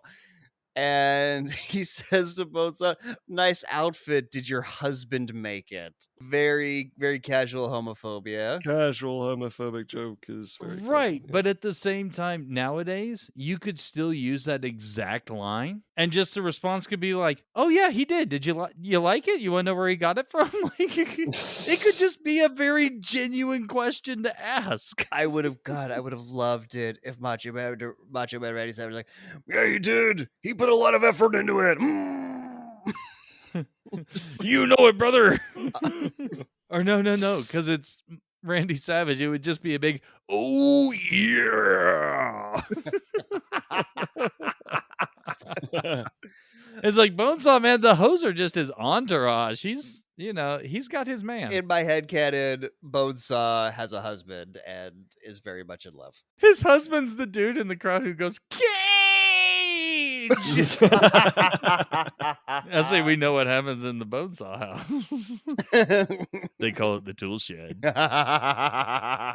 So yeah, I mean, yeah, as you were saying, John, the hoes are giving him folding chairs to beat the shit out of Spider Peter, and then gives him a fucking like steel rod that he's about to just literally kill him with, and that's when he starts fighting back and kicks Bonesaw in the face and fucks him up real fast. Yeah, he's throwing kicks in a wrestling match. Well, the crowd doesn't give a shit because after Bonesaw's knocked out, they're like, "Yeah, Spider-Man, Spider-Man." And I guess everyone just had to go home. The whole event is, can you last in the ring with Bonesaw? He got knocked the fuck out. That's it. Have a good night. Well, these are the rules of Mortal Kombat.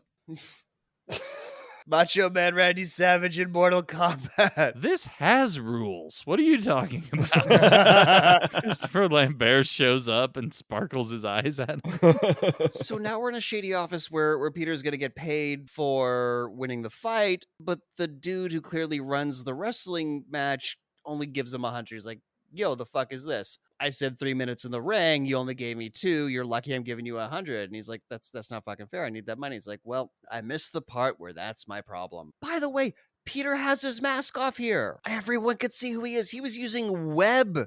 And when he inexplicably stuck to the cage bars with his palms flat, using the tiny little spikes from his palms that went through the gloves and his shoes again. I don't know. I mean, I think the idea is that he doesn't care about his anonymity yet. I think he just cares about looking like a colorful character. He only cares about his anonymity when he chases down the burglar. Yeah, I can see that. And good point. I mean, there's a theatricality to pro wrestling. So, gimmick, sure. Well, anyways, speaking of a robber, yeah, he leaves the office and a guy walks in and robs the wrestling office and runs out with a bunch of money. And he's like, "Oh, stop him. He's got my money." And Peter just lets him go. He doesn't give a fuck. Lets the guy get in the elevator with his gun, goes down. He's like, "Why didn't you stop him?" I missed the part where that's my problem. Like, Yeah, when I saw this in the theater, there was someone who was just like, "Oh, yeah," at that moment.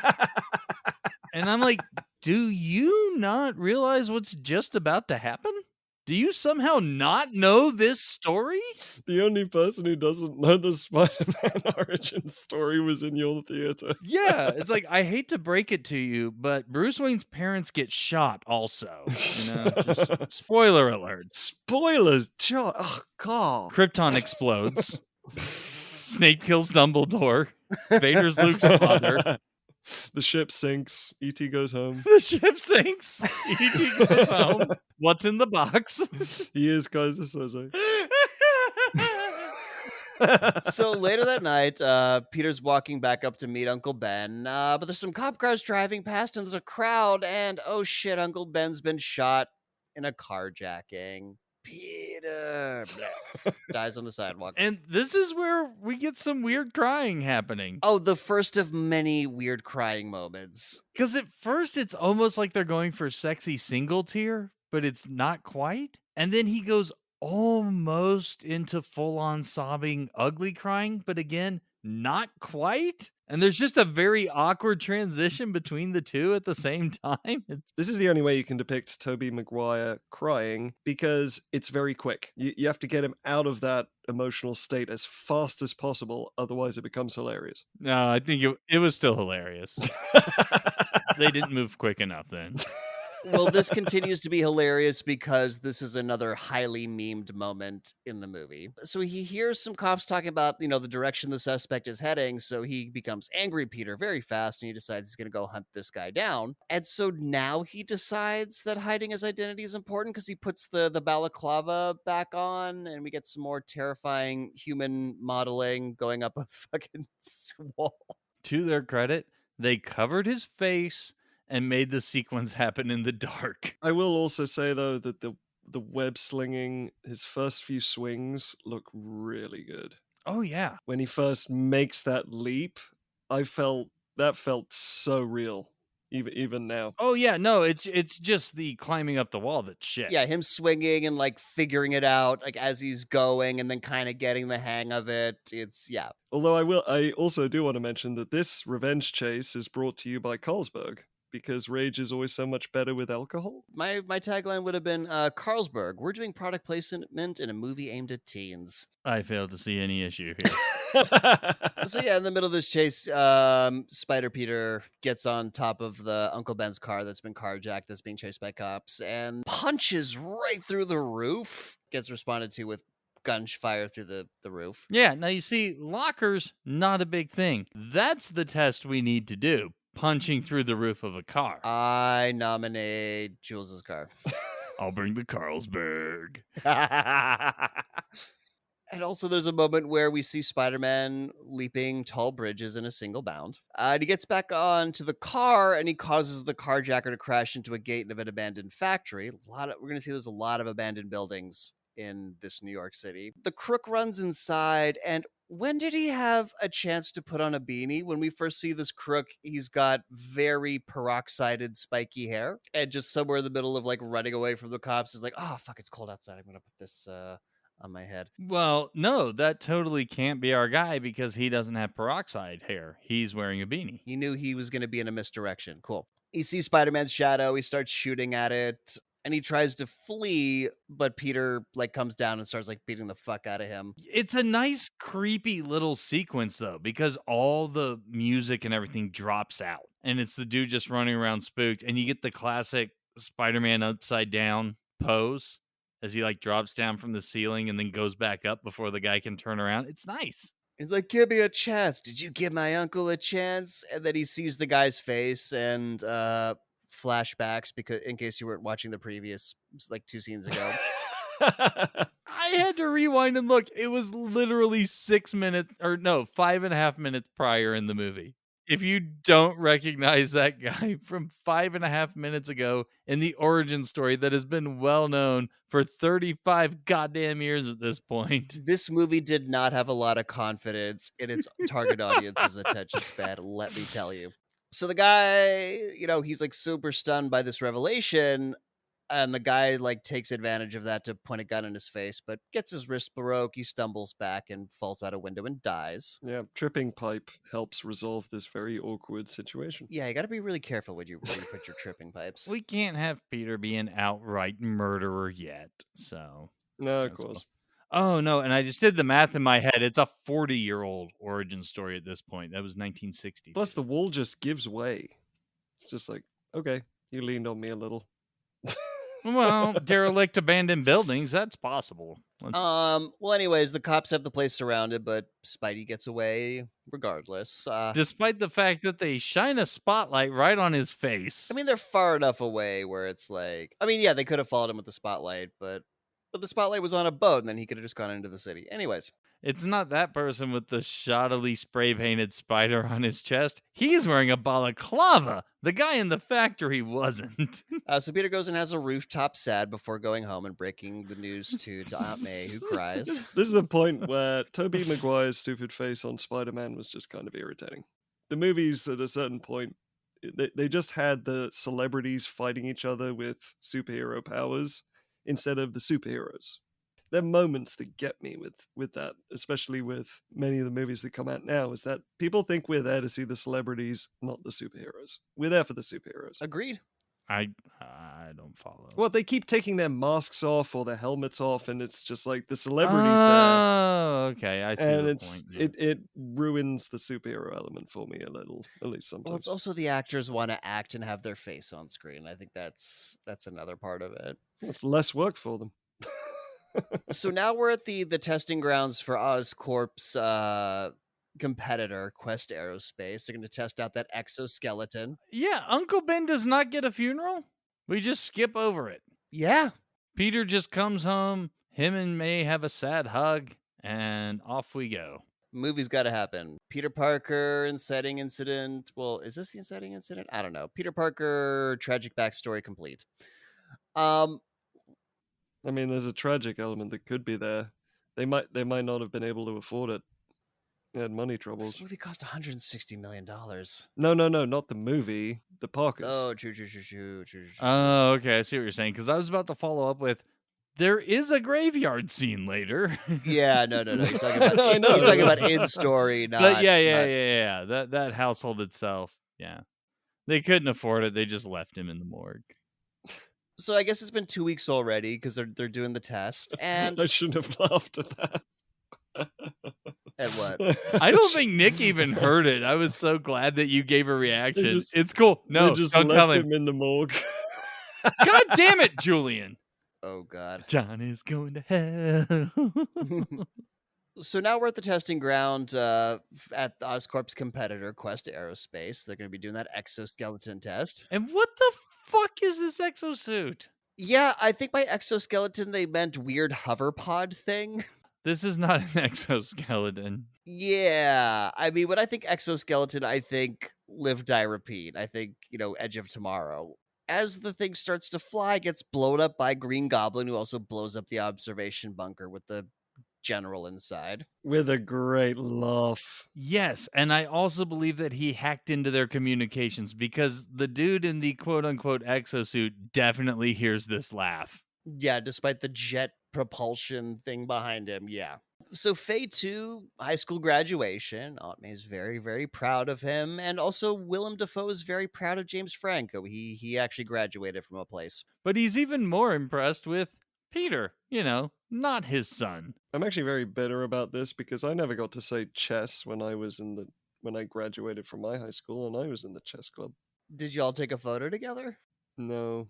Every club has numerous years, so why was everyone in this year in the chess club graduating? Well, that doesn't mean it was the entire chess club. Yeah, but there were like 40 of them. They just had a large number from this graduating class. So how does Peter not have any friends?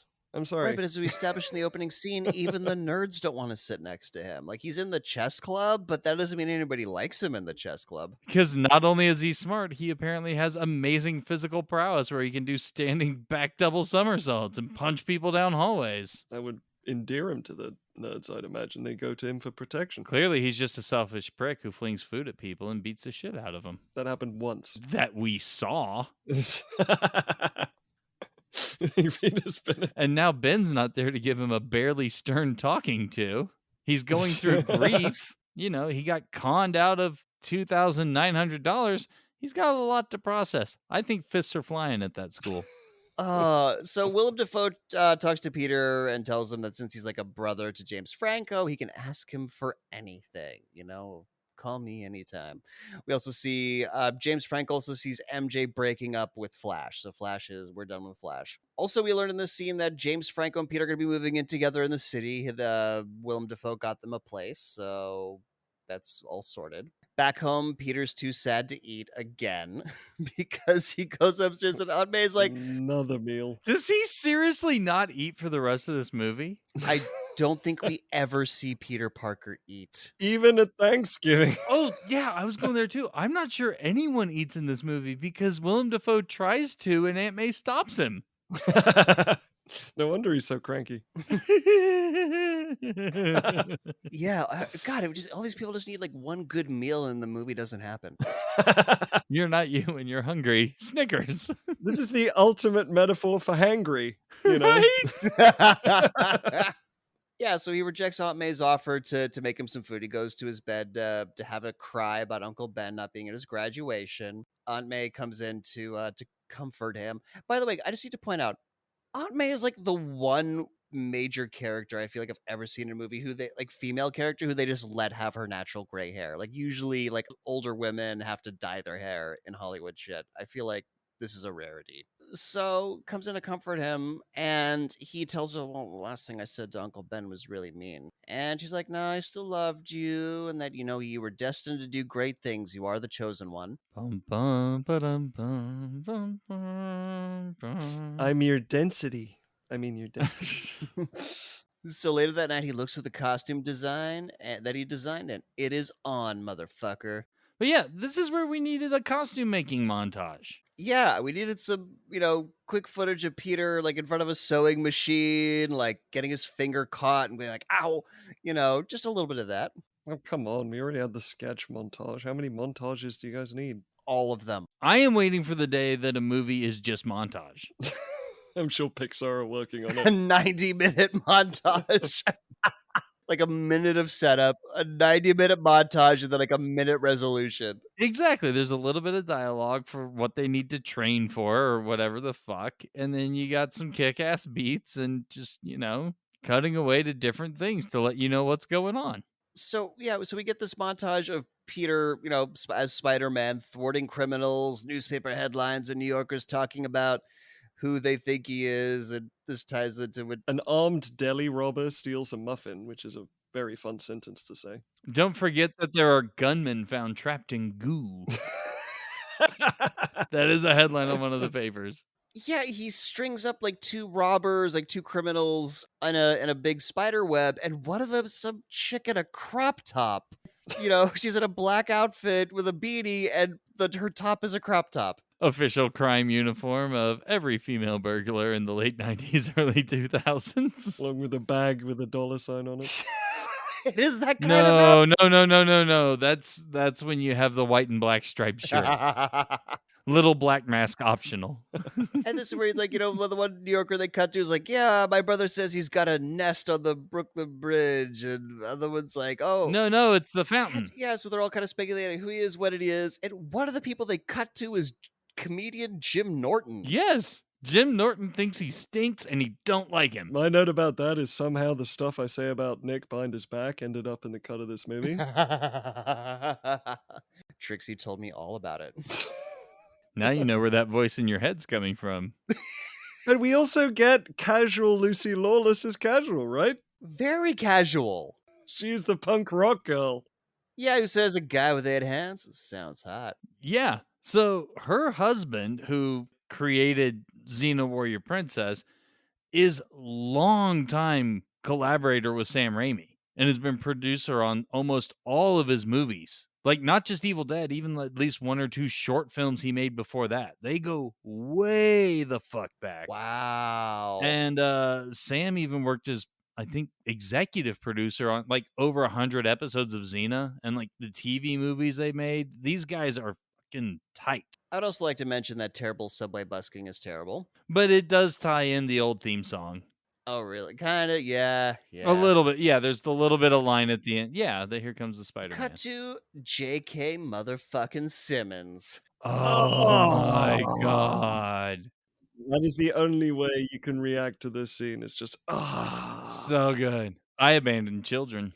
Oh, yeah, how could you not? I conducted many an experiment. Many experiments, yes. I conducted experiments by abandoning children. I combined the two. I was gonna say Nick went searching for a euphemism. Oh, I opted for plagiarism. I opted for plagiarism. The fast delivery from J.K. Simmons. He talks ridiculously fast, but you still catch everything he says. God, it's perfect. He's just perfect. I'm not gonna even try to recreate any of the dialogue because I would not do it justice. No. I just wouldn't. And so he's talking about doesn't like Spider-Man at all, and he's a menace. And his dad was like, "No, he's a hero. He did all this really cool shit." And that's when Ted Raimi comes in, trying to get him to print a story about the erogenous zones of the early 2000s. That's what Are you that's what sure? Are you sure it's not about a spectral Chicago-based serial killer? He's using hair dye to cover up that it all went white back then. Call back to Candyman and Baywatch. Elizabeth fucking Banks is his secretary. Yes. Yeah, well, because he changes on a dime because he learns that all this the story they ran a spot, like, they just sold out. They sold out the paper. He's like, "Oh shit, this guy sells papers. Never mind. Let's get a fucking picture of Spider-Man." And that's when they're like, "Well, it's really hard to get a good picture of him." He says, "Well, if you can get a picture of Julia Roberts in a thong, you can get a picture of this weirdo." Because, for science, I tried to see if there was a public picture of Julia Roberts in a thong. For science, not for experiments. This is for both abandoning children and experiments, Snake. Don't deny it. For reasons, legitimate reasons. Do not blame my lack of children on Julia Roberts. All right. The first thing that came up is like, Julia Roberts wears thongs on her new movie set. And then you click on the article and they're referring to flip flops, the Australian fucking. You fucking tease. And so they're going to put out a splashy ad on the front page of the newspaper, for pictures of Spider-Man. And I love this line. No, he doesn't want to be famous. Well, I'll make him infamous. And then he pulls out his suspenders and has a cigar in his mouth. That's just a perfect pose ending. So cut to a sleazy diner where MJ is getting off her shift. She's clearly a waitress there. Puts on a trench coat because she's going out flashing later. She wanted to walk down the street incognito, but she forgot the fedora to go with it. So she won't be able to convincingly pass herself off as three children stacked on top of each other now. And or Carmen Sandiego. Jesus. I don't know why that tickled me so goddamn much. So Peter Parker just happens to be outside her fucking diner because of course he is, because he's a goddamn stalker. Because stalker mode, yes. And she goes after her like, "Hey, MJ, I just happened to be in the neighborhood, definitely by accident. Don't think about it too hard." And she lies like, "Oh yeah, what are you doing?" And she says, "Oh yeah, I'm acting," and da-da-da. And no, she gets busted because Enrique comes out to give her shit for her drawer being off by like a whole $1 or something like that. $2, whatever. and gets busted. She's a waitress. Fucking Enrique, always ruining shit. Asks Peter to not tell James Franco that she's a waitress because they're dating now. By the way, they're dating now. And he'd think it was very low that she was waiting tables. Harry is the worst friend ever. Harry is the worst boyfriend ever. Yeah. And he's also just very upset that his dad likes Peter better because Peter puts in effort for his accomplishments. Yeah, he earns shit. So he says to her, "Hey, we should catch up sometime." And she's like, "Yeah, let's do that." He's like, "Yeah, let's get lunch some evening," because he's still very awkward around her, you see. And he doesn't know what eating is like. No, he's never had a meal in his entire life. He doesn't know at what times what meals take place. What is a sandwich? Sounds gritty. So at his loft apartment that he shares with James Franco, which must be so fucking expensive. Holy shit. Willem Dafoe's paying for it. This one piece of media, a New York apartment, is justifiable for its size. Because, yeah, we see the moldings and they are beautiful. Indeed. Multiple rooms, full kitchen. I mean, shit. So, he tells James Franco he got fired from another job for being late, and he's obviously used to being late for jobs because he's out being Spider-Man at night. He got fired by Dr. Connors, who is his professor in the later movies. Yeah. Okay. Willem Dafoe's there, and because he's there for his weekly inspection. And he was on the phone when Peter walks in and gets off the phone and asks Peter, "Hey, who's James Franco's girlfriend?" Peter kind of makes hard eye contact with James Franco's like, "Well, I don't know. He hasn't told me." They both give him glares, and he deserves those glares so much. Yay! He's a terrible son as well. And instead of answering the question, he just tells his dad that Peter's looking for a job now. And Willem Dafoe's like, "Hey, no, I can make some calls, help you out a little bit." But no, Peter wants to make his own way in the world, and Willem Dafoe respects that. Bro, take fucking advantage of nepotism. Jesus Christ. Yeah, no How do you shit. think the rich fucks get anywhere in the world? They're all nepotizing the fuck out of each other. Honestly, nepotism doesn't always work. Doesn't always work, but it can work, and you should try and make it In work. fact, people tend to be so busy that they don't actually give you the time to recommend you or actually take you anywhere because they've got too much shit on their plate. It's a very bad way to go. We're not saying rely on it solely, but if an opportunity comes up, say yes, thank you. So Willem Dafoe asks Peter, "Hey, so what other skills do you have?" And Peter sees the cover of the Daily Bugle asking about pictures for Spider-Man, and he says, "Well, I'm thinking of getting into photography." All right, well, I have some film developing in my bathroom, so we're going to take a quick break. And when we come back, we'll break down the second half of Spider-Man. Wake up, Spider-Man. You're temporarily paralyzed from the knockout gas. And yet I can still talk and ask questions like, "What do you want, Green Goblin?" You're an amazing creature, Spider-Man. That's a weird thing to call a person. Look, forget these peon New Yorkers. Join me, and we can rule the galaxy as father and son. What are you talking about? My dad's dead. Think of what we could create or destroy. I don't see where you're going with this. Or what we could macrame into elaborate designs that symbolize man's struggle against the void and the futility of existence, and then sell them at local farmers markets for very reasonable prices. Are you feeling okay? Did you inhale the sleep gas? No, I've been taking experimental drugs and I'm now very mentally unstable. You know. Makes sense. By the way, does your suit get itchy? Mine gets itchy.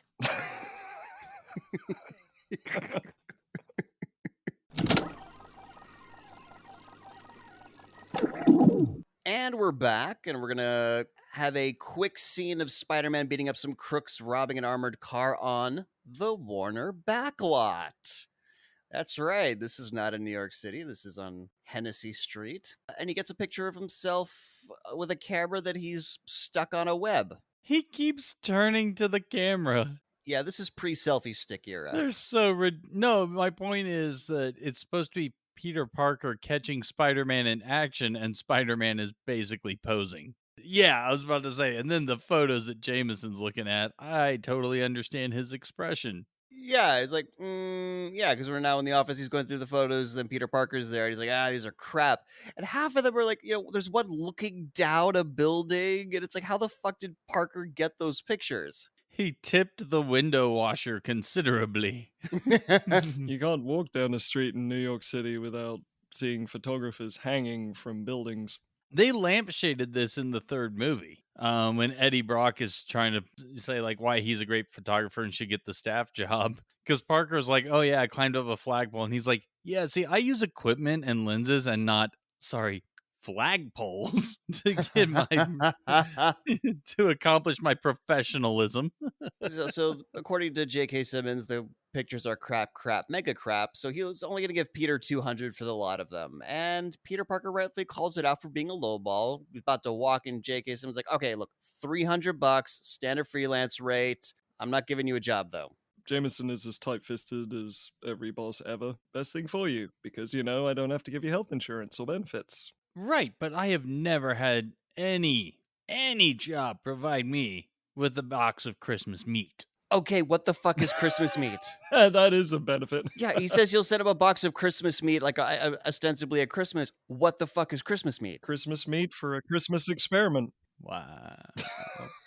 I was just going to say, I don't know, but obviously you get it from Elizabeth Banks, so...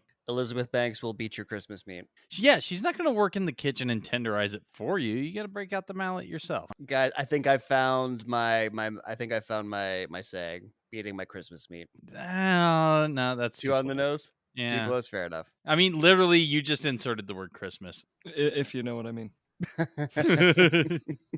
So, cut to a boardroom where Willem Dafoe is telling the board of Oscorp that they are now the principal supplier to the U.S. military. What are they supplying to the U.S. military? Don't ask questions, viewer. What the fuck are you doing? Yeah, because the technology they were developing for them is supposedly stolen and missing. Despite this massive plot hole, revenues are up, costs are down, and the stock has never been higher. And that's why they're going to sell to the competitor that Green Goblin bombed, because they recapitalized and they're going to buy out Oscorp. What? I don't know. Willem Dafoe's not allowed to tag along because he clearly bombed the shit out of us. We don't want that guy anywhere near. Yeah, they don't want any like tension in management, I think is like the reason they. And they're going to announce it at their Unity Festival. Now, why does a military contractor have a Unity Festival? Because they're big fans of irony. Specifically, it's designed to deal with disunity of both peoples and objects. You are very much exploding apart. They're not the military. They just provide the things that cause the disunity. And besides, the easiest way to wipe people out is you have to gather them together first. So it's a plan to lure them together and Yeah, all part of the plan. You know how big soda companies sponsor all these recycling programs, even though they're the ones who are the reason why we have all this fucking plastic. Yeah, it's like that. Right? smart. So cut to Times Square, where the Oscorp Unity Day Festival is underway. And the Unity Day Festival is brought to you by everything. It's brought to you by everything. It's Times fucking Square. It's a giant billboard. It's just everything, including JanSport. And Macy Gray. And Macy Gray is also brought to you by Macy Gray. I remember the 90s. I also remember the early 2000s. Late 90s, early 2000s. Yeah. She definitely had some songs on my Now That's What I Call Music CDs. Oh my God. Well put. Don't get me wrong, I think she has a wonderful specific voice, but yeah, very late 90s, early 2000s. So Peter's down on the ground level taking photos, and he looks up at the rich people balcony where James Franco is with MJ. And James Franco, again to your point, Jules, that he's a terrible boyfriend, is complaining that she's not wearing the black dress he bought for her because his dad likes black. She's wearing a red Chinese silk dress. She, rightfully so, but way too nicely, is like, maybe he'll just like me whatever I'm wearing. Like, maybe he'll like me for me and not because I'm wearing his goddamn favorite color. She's not wearing a bikini here. This is not a complainable offense. No, it's a very nice dress. I think in modern days, people be like, oh, cultural appropriation, but it's a fucking dress. Yeah, go fuck yourself on that stuff. Yeah, for real. Like, she looks nice in the dress. She's not playing a stereotype. She's just wearing a really nice dress. So somehow from like 25 floors down, Peter Parker looks up and sees James Franco and MJ on the balcony. And James Franco sees him too with his fucking binocular eagle vision. That is what I have an issue with. I understand why Peter can see them because he has the lens that can close up, whereas James Franco should not be able to see him in a crowd of people. Isn't he basically straight underneath them? Basically, you have to be like leaning over the edge and looking down and have eagle vision to see, yes. So how's Peter seeing them? He's looking straight up at the bottom of a goddamn balcony. Because physics. Can go fuck themselves, yes. Yep. It's Spidey sense vision. And so Franco has what? Half sense vision? Like, well, he gets, very uncomfortable with Peter looking up at them, and I guess Peter Parker didn't get invited to the party because fuck him. Hell no, he's a lowly freelance photographer. And that's when Peter's Spidey sense starts tingling, and that's when the Green Goblin shows up. I actually got kind of excited about this. I wrote, the Green Goblin attack is about to be brought to you by Budweiser and Cup of Noodles, because if you consume too much of those products, you will turn to a skeleton and melt into nothing. Yes, that is, he kills the board with the worst fucking grenade. Oh my God. And yet the most amazing grenade. Well, it's like a great grenade with terrible CGI to depict the effects. Like, this is a Mortal Kombat level. But it also has a range of like half a meter. No, seriously, because Harry and MJ are right there on the balcony with these board member guys. Yeah, because Green Goblin starts by shooting a missile into the building, which knocks the balcony over. Stan Lee saves a little girl. Spider-Man does a Superman stripping off his shirt to reveal Spider-Man. Then throws a grenade that literally just skeletonizes a small corner of this balcony. And this is the only one of these grenades that he has? Like it's honestly one of the most amazing weapons that has ever been developed. And then we see later on just like frag grenades and spinny blades that fly through it's like, dude, skeleton bomb. You did it. Always skeleton bomb. Yeah, so MJ's on this portion of balcony that's collapsing and she can't get off. If you know what he means. I mean, with a boyfriend like James Franco in this movie, I get it. Seriously. And this is when we finally see the Green Goblin glider and the outfit up close. He hovers next to MJ as she like hangs perilously off the ledge here. Hello, my dear. Yes. Oh God. Oh, he is chewing up the fucking scenery. It's fantastic. So good. Only we could give him more scenery to chew. It is amazing. This is where we get the first real good look at the mask. And what the fuck is this mask? Seriously. Was this made in-house? Did he steal the suit and make it on his own at home? Like, why? This has no practical military use. It's literally to look like a goblin. Why the oblong head? A thought occurs. It's because when he's back in his house and like his office, there's a lot of tribal masks from around the world decorating his walls. So I'm guessing there was some influence there. Along with Ted Raimi, that was my Candyman tie-in of rich white people having indigenous masks. Yeah, that's good. Yeah, obligatory rich person. Yeah, well, that's how you know they're cultured. because they took articles of culture from other cultures, which means they're super cultured. That's what the English have been doing for hundreds of years of colonization. It's called being white. The British Museum is our apartment equivalent. So what you're saying is Green Goblin mask belongs in a museum?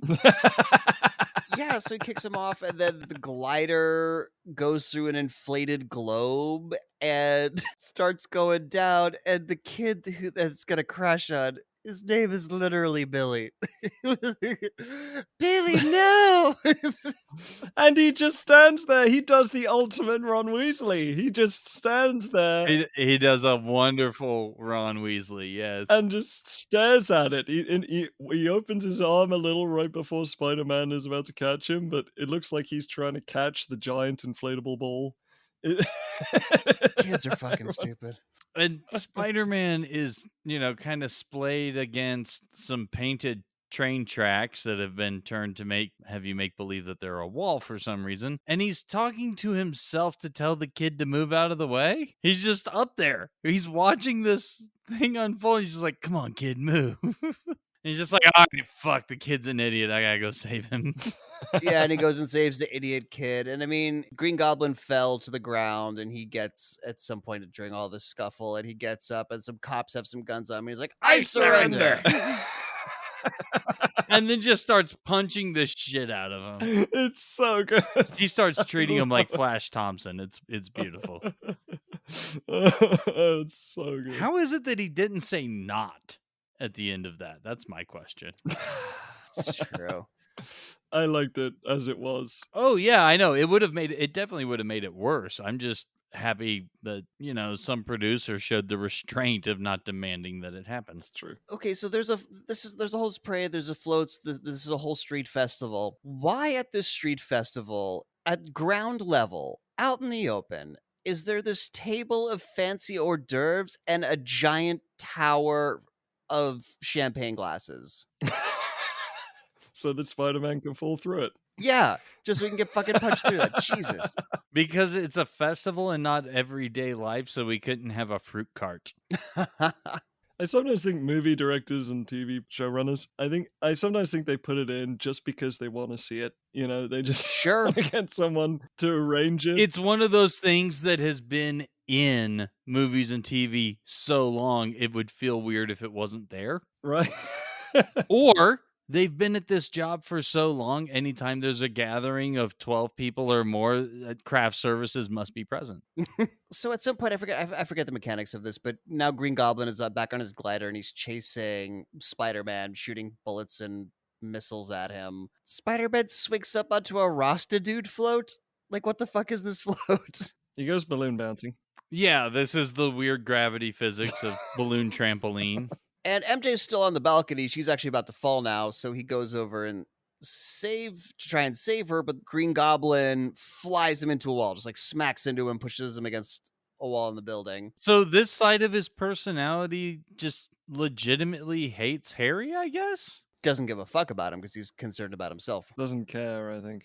Yeah. Right, but why make a point to go fuck with MJ then? Because there was the whole thing about who's this girl that he's dating? When am I going to get to meet her? Well, I think this is just more of a she was close. Green Goblin is chaotic evil. And by the way, just to get back to James Franco Harry, he got knocked out at some point by it with a falling bit of debris. Do you think his skin is hemorrhaging? Spider-Man falls back onto the balcony after getting rammed into the wall and jizzes in Green Goblin's face to stop him from shooting him. Pulls some wires from underneath the glider, makes it go haywire and like zooming around and, can't control it, so he's got to fly away. Wonderful cartoony villain. We'll meet again, Spider-Man. How did this movie not give us like a curses or a drat foiled again or something like that, man? It was so close. Skeletor will return next week. More unsettling information. MJ falls. The balcony finally collapses. Spider-Man jumps down, grabs her, and webs the building to break the fall. But instead of putting her down on the ground, decides to take her on a web-slinging tour of the city. And it's the most amazing. This shot of them swinging is absolutely incredible. It is so fucking hilarious. She is clearly holding on to a mannequin and her hair is blowing in the wrong direction. It's so true. They are chest to chest. Spider-Man is moving forward and her hair is traveling away from the back of her head. I would like to point out as well that Peter has not checked on Harry. No. At the first opportunity of him being unconscious, he decides to kidnap his girlfriend and swing her around the city. As one does. And doesn't check on his friend. This is a friendship. Asterisk. So Spider-Man puts MJ down on a fancy rooftop that's got like a grass, it's like an elevated park area, and interrupts a couple making out, which is rude. MJ asks Spider-Man who he is, and he's like, you know who I am. She's like, I do? I'm your friendly neighborhood Spider-Man. And then he darts away to hop off of the obviously concealed mini tramp. Also, he yells woohoo as he's webbing away like he hasn't done this before. Oh, he has fun when he web slings. I imagine it'd be a lot of fun, yeah. I would be whooping for years. That sounds like an experiment. Anyways, MJ's kind of smitten with old Spider-Man. Back at their apartment, James Franco doesn't like hearing that MJ thinks Spider-Man is incredible. Makes him kind of insecure. He's talking to her on a cell phone. You only hear his side of the conversation. He's got a very flimsy Band-Aid on the side of his head, considering he suffered reasonably serious head trauma. And he wants to see her, but clearly she go over and see her that night, and she clearly tells him no. But it's like, look, I want to take you for breakfast. I want to buy you something, make you feel better. And she's clearly not interested because when he's, tries to do the sleep tight, don't let the bed bugs bite, she hangs up before he can finish, and he has a sad. As you should do when someone delivers that line. Oh, yeah. After the age of 5, don't say that to somebody. You gave me a variation of that line last night, Jules. A variation, that's the key point. Okay. All right. So Peter's there as Peter Parker, not as Spider-Man, and James Franco apologizes to him for not telling him about MJ, points out that, knows that he likes her, but hey man, you never made a move, and Peter's like, yeah man, I didn't make a move, that's on me. That's not the bro code, dude. There's no bro code between these guys. These guys have long since forgone the bro code. Yeah, seriously. And so as James Franco goes up the stairs to go to bed, he's referring to Green Goblin. He's like, what the hell was that thing? And Peter says, I don't know, but somebody's got to stop it. So we're back at Willem Dafoe's penthouse. He's having a morning drink to stave off the madness. And this morning drink to stave off the madness is brought to you by Maker's Mark. I know that with enough Maker's Mark, I start talking to myself in the mirror as well. Yes, because he hears a voice in the distance. He's looking at the mask and he's like, he asks this voice, who's there? And he's like, don't pretend you don't know. Where are you? Follow that cold shiver. This is the Green Goblin voice coming from the distance. Oh, that's such a great line. Follow the cold shiver running down your I spine. love this sequence. The scene is absolute gold. I mean, this is sort of the start of the trend of the villain talking to themselves in some duality sense. In so many movies, but well, for starters, the sequel, you get Doc Ock talking to himself, but also Gollum has his incredible back and forths. And Homelander and the boys in the recent seasons had I a. would say, yeah, it recently happened in The Boys as well with Homelander. Exactly. So here's the thing, though. The voice tells him to follow that cold shiver running down his spine, and that leads to his ass, right? Like that's where the voice is. It's up Willem Dafoe's ass. expected him to chase his tail like a dog. Yeah. Yes, exactly, Jules, because as he starts to turn around, I'm right here. Because the mirror's right behind him. Like he didn't have to walk anywhere. He literally just had to turn around towards his back.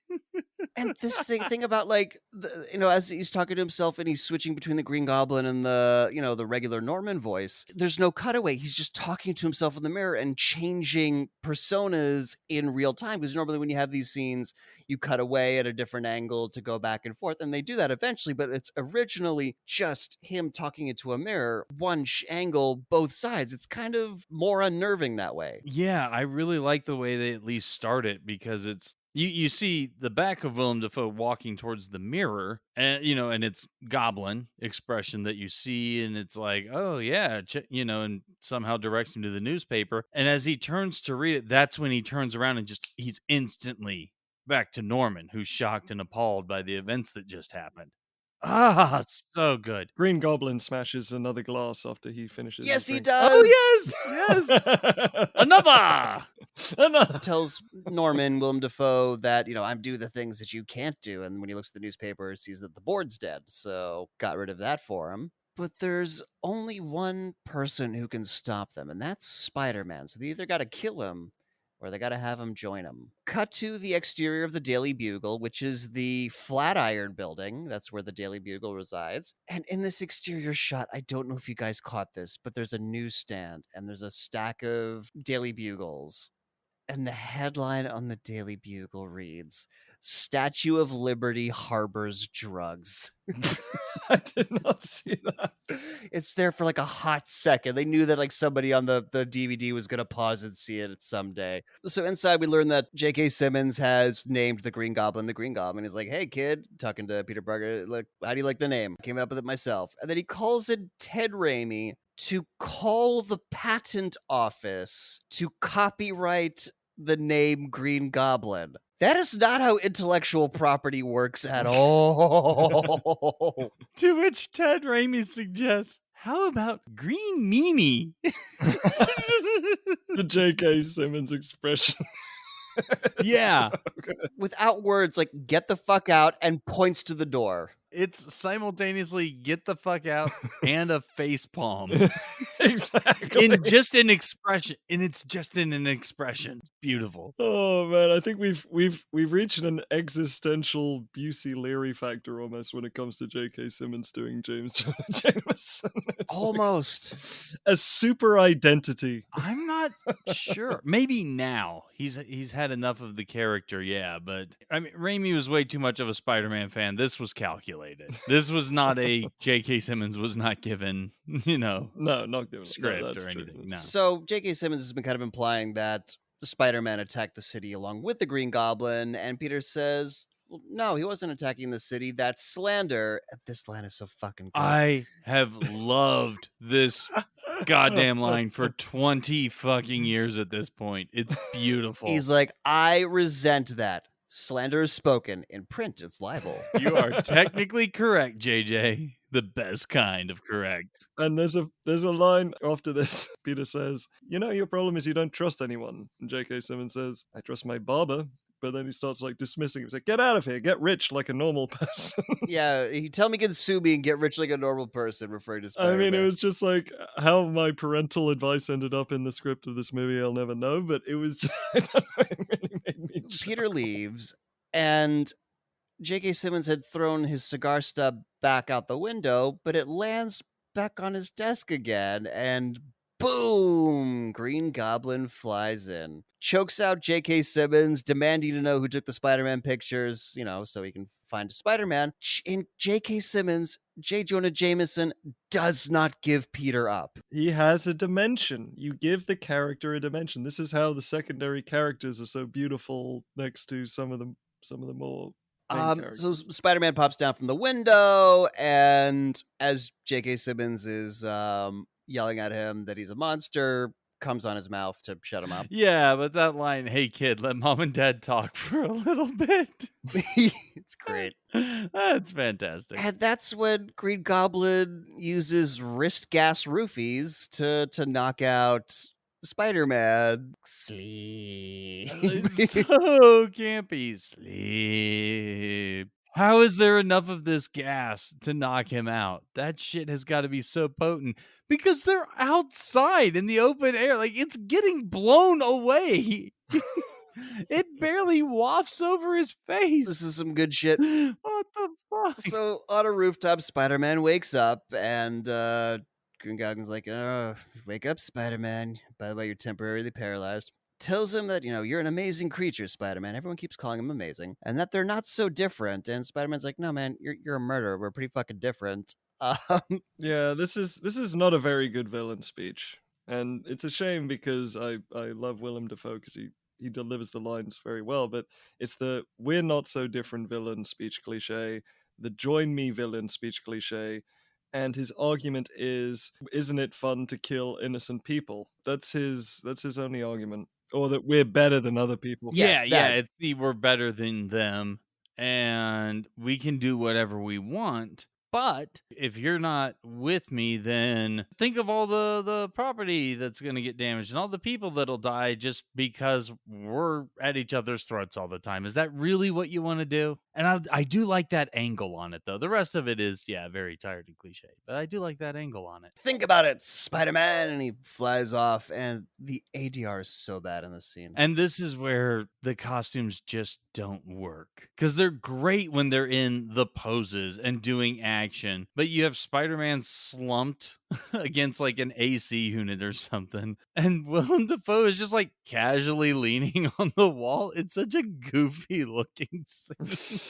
Yeah, even with like the yellow eyes on the mask lifted up, they kind of retract up into the mask, just so you can see his eyes. It's still weird. So now we see some newspapers that say that Spider-Man and Green Goblin attack the Daily Bugle, and again, part of the Green Goblin speech is like, look, they're gonna love you until they hate you. Like they'll eventually hate you. Yes, so voiceover reminder literally 30 seconds later.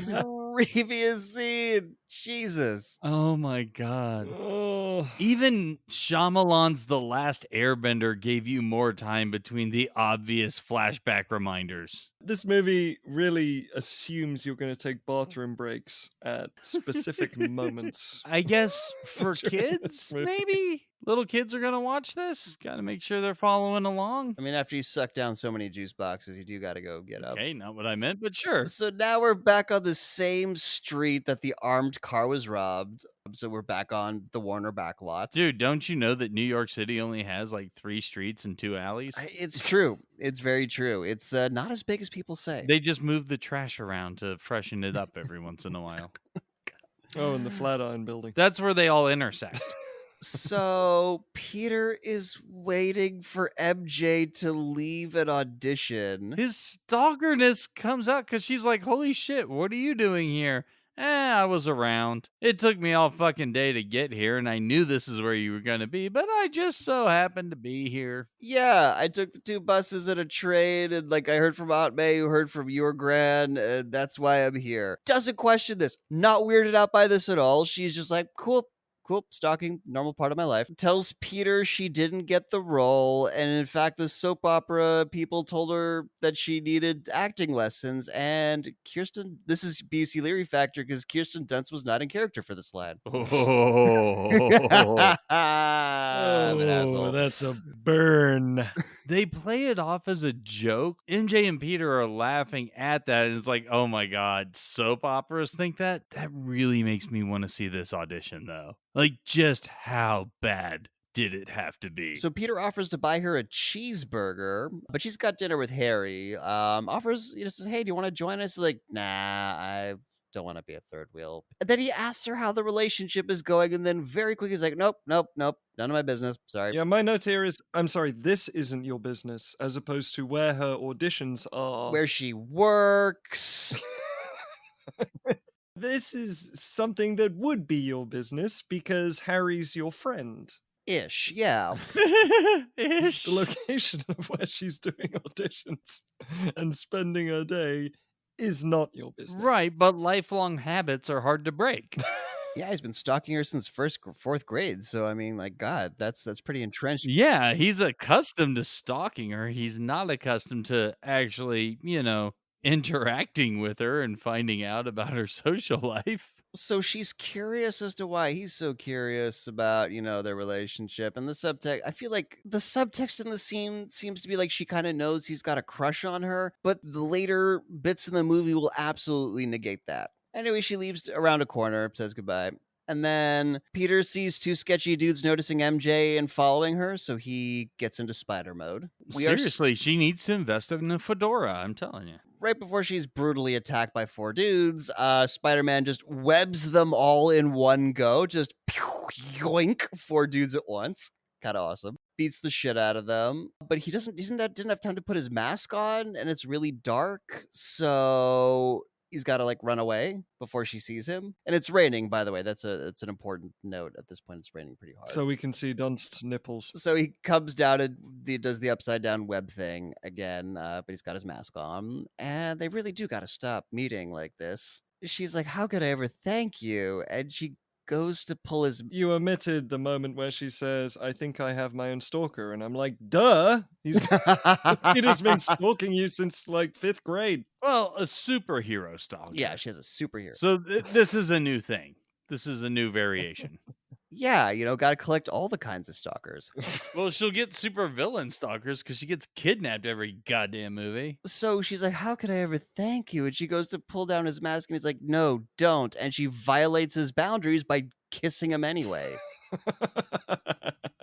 Well, he just didn't want her to take the mask all the way off. Okay, well, she respects that at least. Only pulls it down halfway, and you get the infamous upside down kiss. And look, remember, ladies, if a man does something nice for you, you need to reward him by putting out. That is an important lesson here. Also, he's got a veiny fucking neck, whoever is upside down. Well, I mean, you have to hang upside down for that long. I'm sure you get veiny. Yeah. Very veiny, in the middle by the Adam's apple. So Spider-Man leaves, and we get this weird, like, slow-mo shot of MJ looking up and smiling in the rain. It was very, very weird. Like the Harry Potter parrot murder kind of slow-mo. So now we're at a fire at an apartment building, and FDNY is clearing the building out because the roof is about to collapse, but some woman's baby's in there. Oh no. There's always a goddamn baby to save. Fucking babies.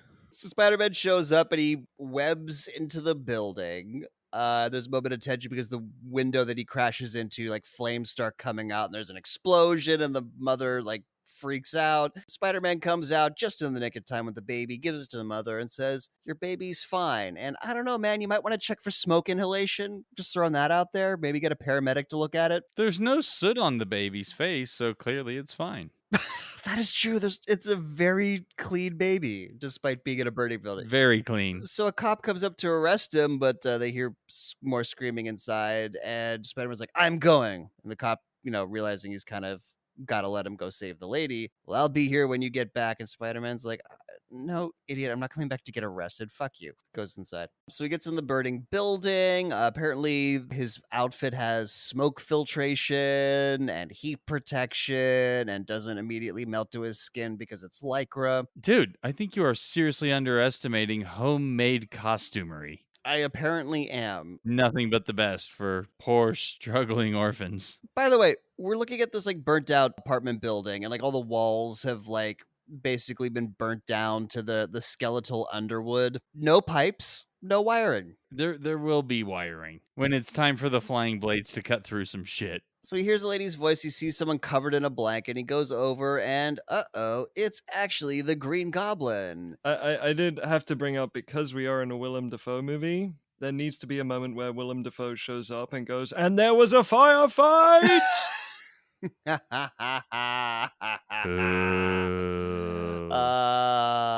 I like that way more than I should have. Wow, not even a smile from John. No, John died inside. Like the last living shred of his essence just died. I'm not mad. I'm just disappointed. And mad. So No, I'm not mad. Well, I am now, God damn it, because you're not listening. yeah, well, have you thought about my proposal? And this is a weird place for a follow-up meeting, right? Well, you lured him in. I think that's the idea. Yeah, it was more of he's creating a situation that he knows Spider-Man will react to. It's not like he has a bat signal he can flash up to arrange a meeting. Honestly, during this sequence, I was just enjoying the movie. I wasn't even writing notes anymore. Hey, this fight kicked ass. I'm very disappointed that this blanket shawl whatever thing that the goblin has on didn't like kind of get burnt and stuck to the armor. It's something they wound up doing in No Way Home. They gave him like a purple blanket and it got mangled and crusted on, and so it looks a little more like the comic outfit with the purple, and shit on there with the green. And they had the perfect opportunity. And I keep looking off to the side because I have the movie on and I'm just following along as we're talking now instead of reading my notes. Cool. More talking time for me and Jules. So professional. That's right. We run a touch. No one says no to me. Yes, because he rejects his proposal outright, so they start fighting. And this is where we get the spinny blade grenade. Throws the spherical grenade that is his trademark, but it splits into these like spinny blades, and this shot fucking slaps still. Oh my god, this slow-mo shot of him dodging the blades. Hot damn, it is so good. He's dodging so many golden snitches. It's so good.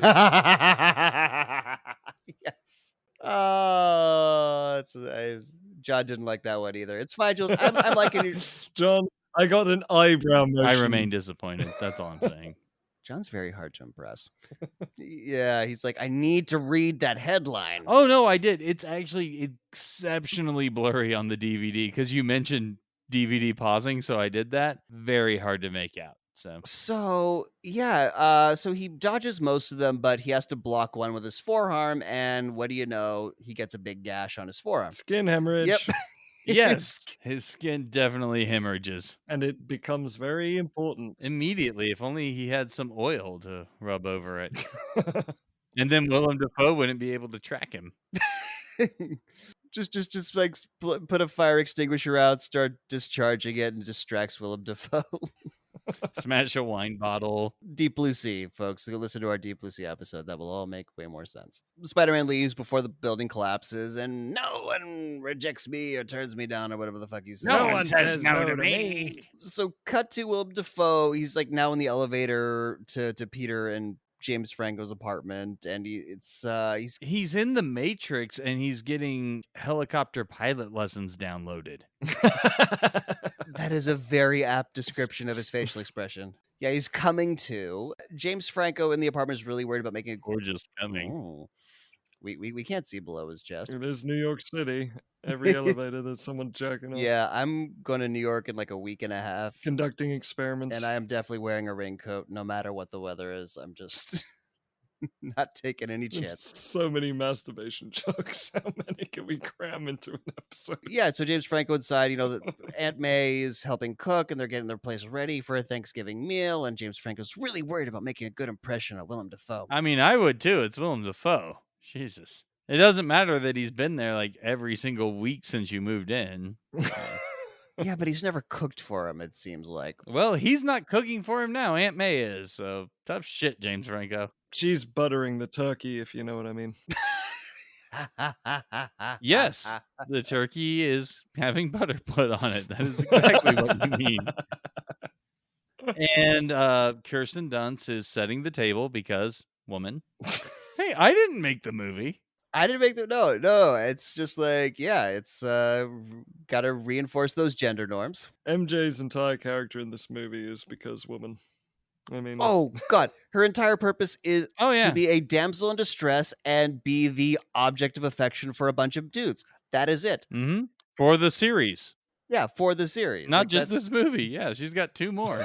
She had 2 more of recreating Did this. she start acting better, or is this like as good as we can expect? So mean. I am very mean. As MJ, it's about the same as I recall. Fair enough. She didn't have much to work with, to be fair. I mean, she had slight dynamic with her career, but it's not really expanded on that much. So Willem Dafoe comes in. He's brought a fruitcake, and Willem Dafoe finally gets to meet MJ. Yay! He does get to drop the line "work was murder," which still makes me smile a little bit. It is a great line. Nice. So they're wondering where Peter is, and they hear something upstairs. They go to investigate, and since he's coming back from the fight from Green Goblin, he's still in his Spider-Man outfit, and he's got a giant gash on his arm. So to avoid being spotted, he parks up on the ceiling and doesn't get spotted. How do they not see him? He had to have been in mid-jump when they came around that corner to walk into the room. Come on. Especially with the beautiful moldings on the ceiling. They would have been. How could you not look at them at all? And you get a good look at them now. But yeah, his skin hemorrhages all over the floor. It hemorrhages gently. But it's such a great moment because Willem Dafoe is the last one to leave the room, and it falls, and it looks like it might hit him, but he moves out of the way just in time, and it splats on the floor. And how the fuck did he hear this? Goblin ears. Clearly goblin ears, because he looks around, he sees the strawberry jam on the floor. This is not blood. It is the problem, though, is that they only mention that the performance enhancers increase muscle strength. They never mention other senses. That is very true. Show, don't tell. Well, they didn't even really show, but They didn't. They showed him reacting to an almost silent drop of skin hemorrhage. When it's plot convenient. That's too late by then. Well, when else are you going to? all right, children, moving on. So he looks up and Spider-Man is no longer on the ceiling. He walks out to the window to take a look around, and he's perched under the window ledge like this. I don't know how to describe it. It's a very New York looking building. With his mask off. Great moment. Moments later, Peter walks in with a can of cranberries that he jokes about beating up an old woman to get to his elderly aunt. Great look. He's the good guy. They sit down to dinner. I never got the delicious irony of handing an old lady a can of cranberries that you got by beating up another old woman. He was clearly joking. I know, but just the added element of a joke of I beat up an old woman. Here you go, other old woman.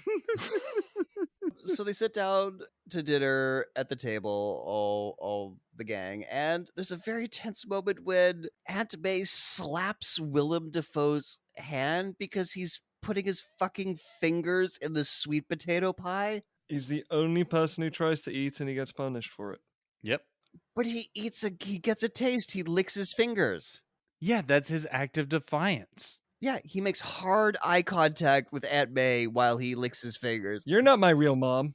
You're not my real mom. And then he starts sharpening the carving knife to carve the turkey and continues to make very menacing hard eye contact with Aunt May. Great. I don't think it matters that he finds out Peter Parker Spider-Man identity thing. I think from that moment he was going to go attack May regardless. Oh, hands down. But he does find out in this moment that Peter Parker's Spider-Man because through his shirt arm, he's got a long sleeve shirt on, it starts bleeding through in the exact same way that Spider-Man got cut. And there's absolutely no way that in a city of millions of people, 2 people would both have a scratch on their arm. I know.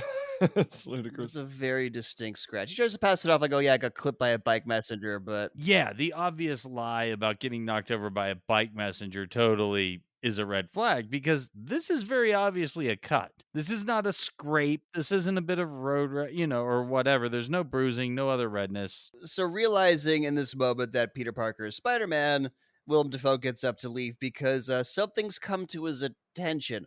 What could have come to your attention, Willem Dafoe? You do not explain this. Your cell phone didn't go off. You couldn't be like, oh, I got a text message. Something came up. I have to go business now. I must business. James Franco follows him outside to the elevator, and he's like, hey, I wanted you to meet MJ, and why are you just leaving? And Willem Dafoe, who's kind of gone back into Green Goblin mode a little bit, he's kind of become a bit dickish. He's like, look, she's obviously after your money, have your fun with her, get rid of her. Broom her is the exact words that he uses. It's some pretty intense sexism. So be romantic, sweep her off her feet. Is that what you're saying, Dad? Sorry, you lost me. Exactly. You lost me there. Take her to Hogwarts on a broom. So everybody in the apartment heard this. And so when James Franco comes in, MJ's like, well, thanks for sticking up for me, Harry, dick. And he's like, well, if only I could only wish to be half the man he is, and you don't understand, and fuck you. Just, yeah, deferring to his dad, being like, whatever, it's my dad, and he can do no wrong. And she leaves. Rightfully so, after he storms out. Or no, he doesn't storm out. He lives there. She gets her trench coat and leaves. And so Thanksgiving's ruined. I know, that reminds me of that great line from Phoebe's brother in Friends. Said, I would storm out of here if I had money or a place to go. Oh my God, that's fantastic. So back at Willem Dafoe's penthouse in front of a roaring fire, he's having a chat with the Green Goblin mask. No, I love the scene. That description of it was too funny. It is another great scene. I will bring up one point though, because he says that Spider-Man is invincible. Now, he sleep sprayed him pretty easily. How can he how can hemorrhaged that his be- skin pretty easily? Yeah, he sliced his Exactly. fucking forearm. I think you could do some vincing here, my dude. I think you could do some You could do vincing. some vincing. He is totally vincible. I'm telling you. That Spider-Man, so vincible. He's the most vincible hero you've ever seen. But he's like, well, look, Spider-Man's invincible. Parker, he can be defeated. And Willem Dafoe's like sniveling and crawling towards the mask, like, how? Tell me how. By going for the heart. And what's Peter's heart? Well, obviously it's Aunt May, because we're now in her bedroom and she's saying the Lord's Prayer while Uncle Ben's photo is flat on the bed. So Uncle Ben's God. I think that's what Yeah, she's actually praying to Ben. Yes. yes. But gets interrupted by Green Goblin blowing the wall open, as he is wont to do at this point.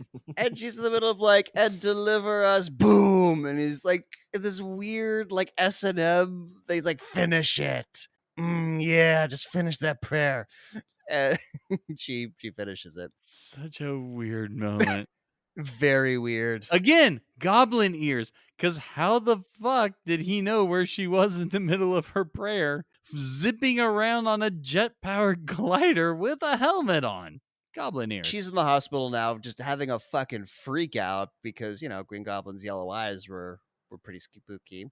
Why is she in a hospital for freaking out? She got no visible injuries that I could ascertain.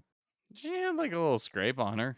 But not a go to the hospital kind of scrape. That's go to the... Yeah, but she's an old lady. And probably all the damage was done to her back from the, exploding wall. You'll know what it feels like when you're an old lady. Oh, yeah. I'm already picking out my old lady nightgown. That shit's comfy, man. Don't knock the nightgown. Hey, I assume we're all going to be old ladies in the same nightgown. Exactly. All three of us in the exact same article of clothing. That's how I took it. Stacked on top of each other with a fedora and a long coat. Fucking 15-foot tall old lady. That is going to be massively disconcerting. But we'll get discounts on all of our shopping and tickets, so that's cool. So Peter comes in and he sees what's happening, and the nurse is like, "No, get the fuck out! You're in the way." In the hallway, he realizes "Oh fuck, Green Goblin knows who I am." So the next morning, MJ comes to visit. Aunt May is sleeping, and Peter asks MJ if she's talked to James Franco since Thanksgiving, and he left a message, but she hasn't called him back yet. But the thing is, she's in love with Spider-Man. God, this conversation is so awkward. I mean, I love this movie so much, but this conversation, man. It is, because he's like, well, I'm his unofficial photographer. She's like, oh, does he ever talk about me? OMG.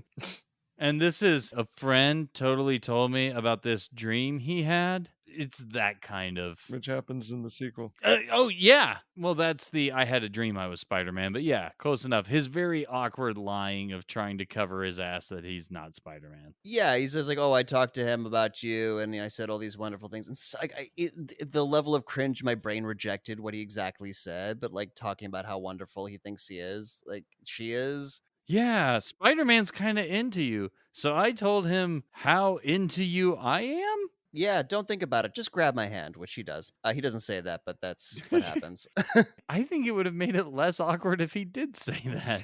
Probably. Just don't think about it. Hold my hand. I'm inconsolable at the moment. So Aunt May, like, we now see that she's pretending to sleep because she's smiling, like, oh, my little Peter's trying to get some. So weird. The real point of this scene is that James Franco walks in, sees them holding hands, and doesn't care for MJ because he goes home and tells his dad that he was right about MJ. She's into Peter. Peter's always been into her. And Willem Dafoe's like, hey, good.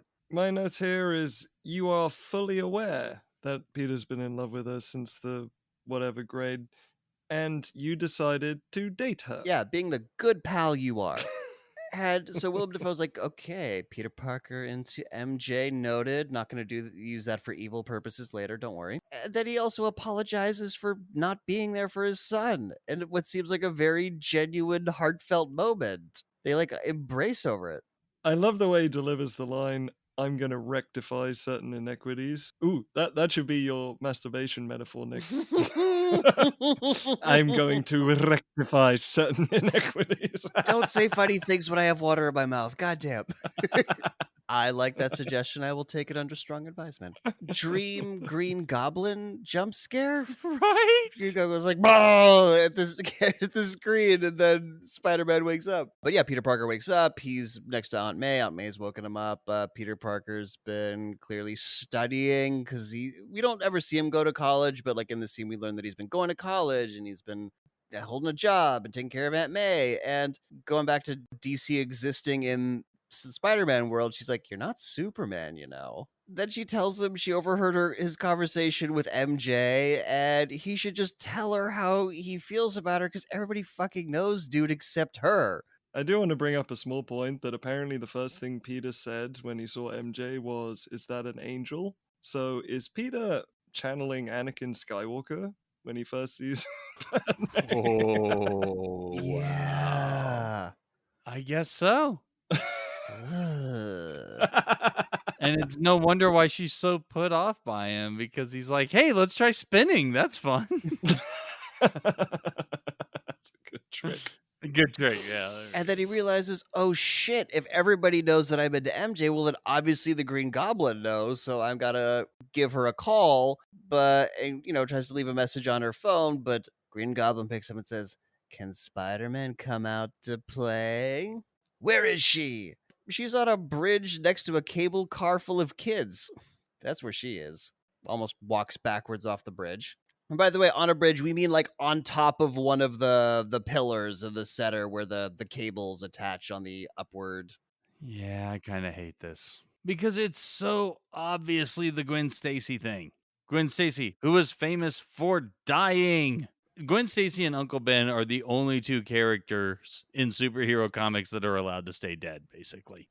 And yeah, Green Goblin, she was his girlfriend at the time, Spider-Man's.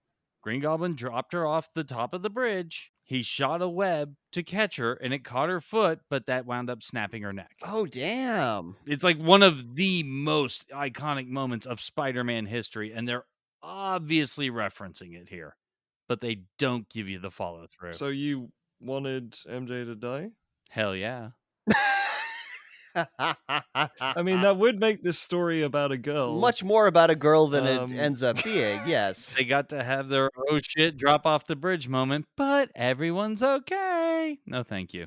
Well, a whole bunch of stuff happens to get there because basically these kids are on this tram car, and this is a real tram car, by the way, like the Roosevelt Island tram car on the East River. By the way, the fact that there is Roosevelt Island on the East River is probably why Godzilla didn't go there. He stuck to the Hudson. What about Roosevelt Island would deter Godzilla? Well, it's an obstacle, get in his way. He's got much more free passage. She can burrow. No, unlike any other island, this one's surrounded by water, John. Come on. It's true. It's Shit. They can do that with islands? That's amazing. I had no idea. It's never going to stop being funny. God damn it, I love that. fucking water. So Green Goblin on his glider blows up the tram stop on the other side, which severs the cable. And so the cable car starts falling. And apparently this glider has enough thrust. First of all, like, he's got enough strength to not have his arm get ripped off. And this glider has enough thrust to not only propel him, but lift the damn cable car up. Damn right. That's Oscorp technology for you. So Spider-Man swings onto the bridge, and this is where we get this part where Green Goblin is standing on top. He's holding the cable car cable with one hand, and he's got Mary Jane held out over the water in the other. He's like, yeah, this is why being a superhero is stupid, because crazy people could put you in a sadistic situation like this and make you choose who to save. I do want to point out that I genuinely love the way Willem Dafoe just delivers the line, "Some lunatic." Some lunatic. Some lunatic. With a sadistic choice. It's so proud of himself. It's great. We are who we choose to be. Now choose. And he drops the cable and MJ at the same time. And Spider-Man straight up chooses MJ. Because fuck children, that's why. But if he fucks it up, the children all die. It's not a proper choice. That's the thing. He's not actually making a choice. Yeah, he chose option C, all of the above. From my perspective, like, he chose MJ because if he fucked up grabbing them afterwards, she would have been fine. He made sure she was okay first and then got the kids. Well, it's just because he can't grab the kids and swing over to MJ. It's the cable trolley problem.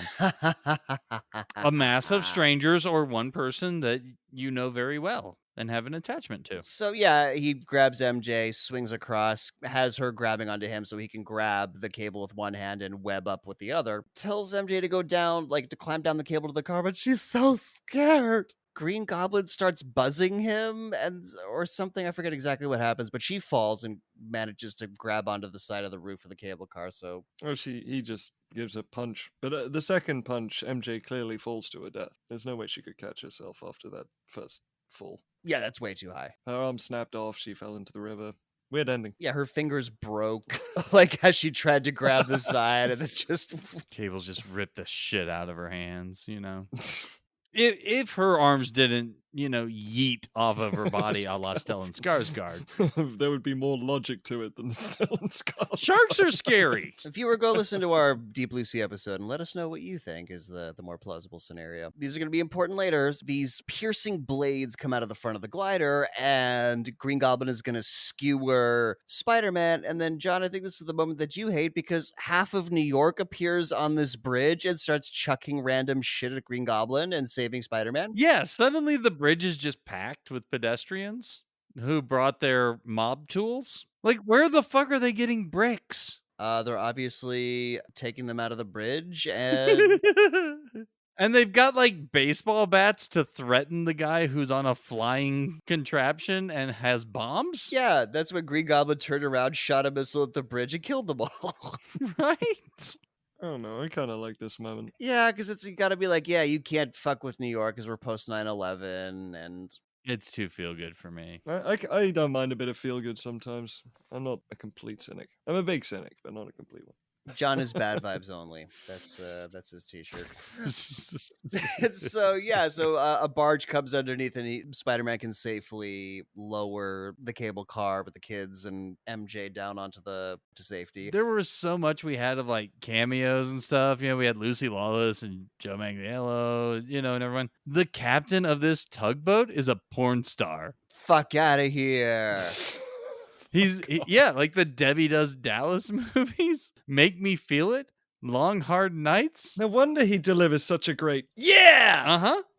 Taboo American Style 3. Nina says, I'll do it my way, and becomes an actress. That is one title to a movie. Wow. He's a goddamn porn star. Well, anyways, before John gets too horny, we're gonna get to the next part of this movie, because Green Goblin puts a rope around Spider-Man from his glider and yoinks him and takes him for a ride. Very comic referential. Yeah. He's kidnapped Peter Parker several times with that method. Crashes him into an abandoned building because apparently New York's just got a shit ton of abandoned buildings. Like, nobody wants to live in New York. This was one of the most heartbreaking sequences. Basically, Green Goblin beats Spider-Man shitless. Oh, yeah. As a kid, I still remember just vividly being in the theater and just going, no!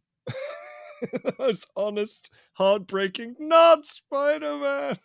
And this is, he starts beating the shit out of him after Spider-Man takes a grenade to the face. Oh, God, it is brutal. It is brutal. It is as brutal as Julian described. And at some point, he's just like bleeding. His mask is torn. He's like on the ground. He's trying to get up and like raise his wrist to get a web out. And Green Goblin just steps on his wrist and tells him, "You've spun your last web, Spider-Man." And my question is, where the fuck does this trident come from that he's about to stab Spider-Man in the face with? What, you don't go to work with a trident? It just appears out of nowhere.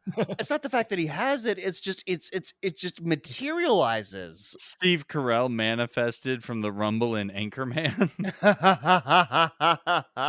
As good an explanation as any, because this is a magic fucking trident that appears out of nowhere and disappears just as fast. Wait, Magic Trident, Aquaman, Thomas Jane is in this movie. Confirmed. Yep.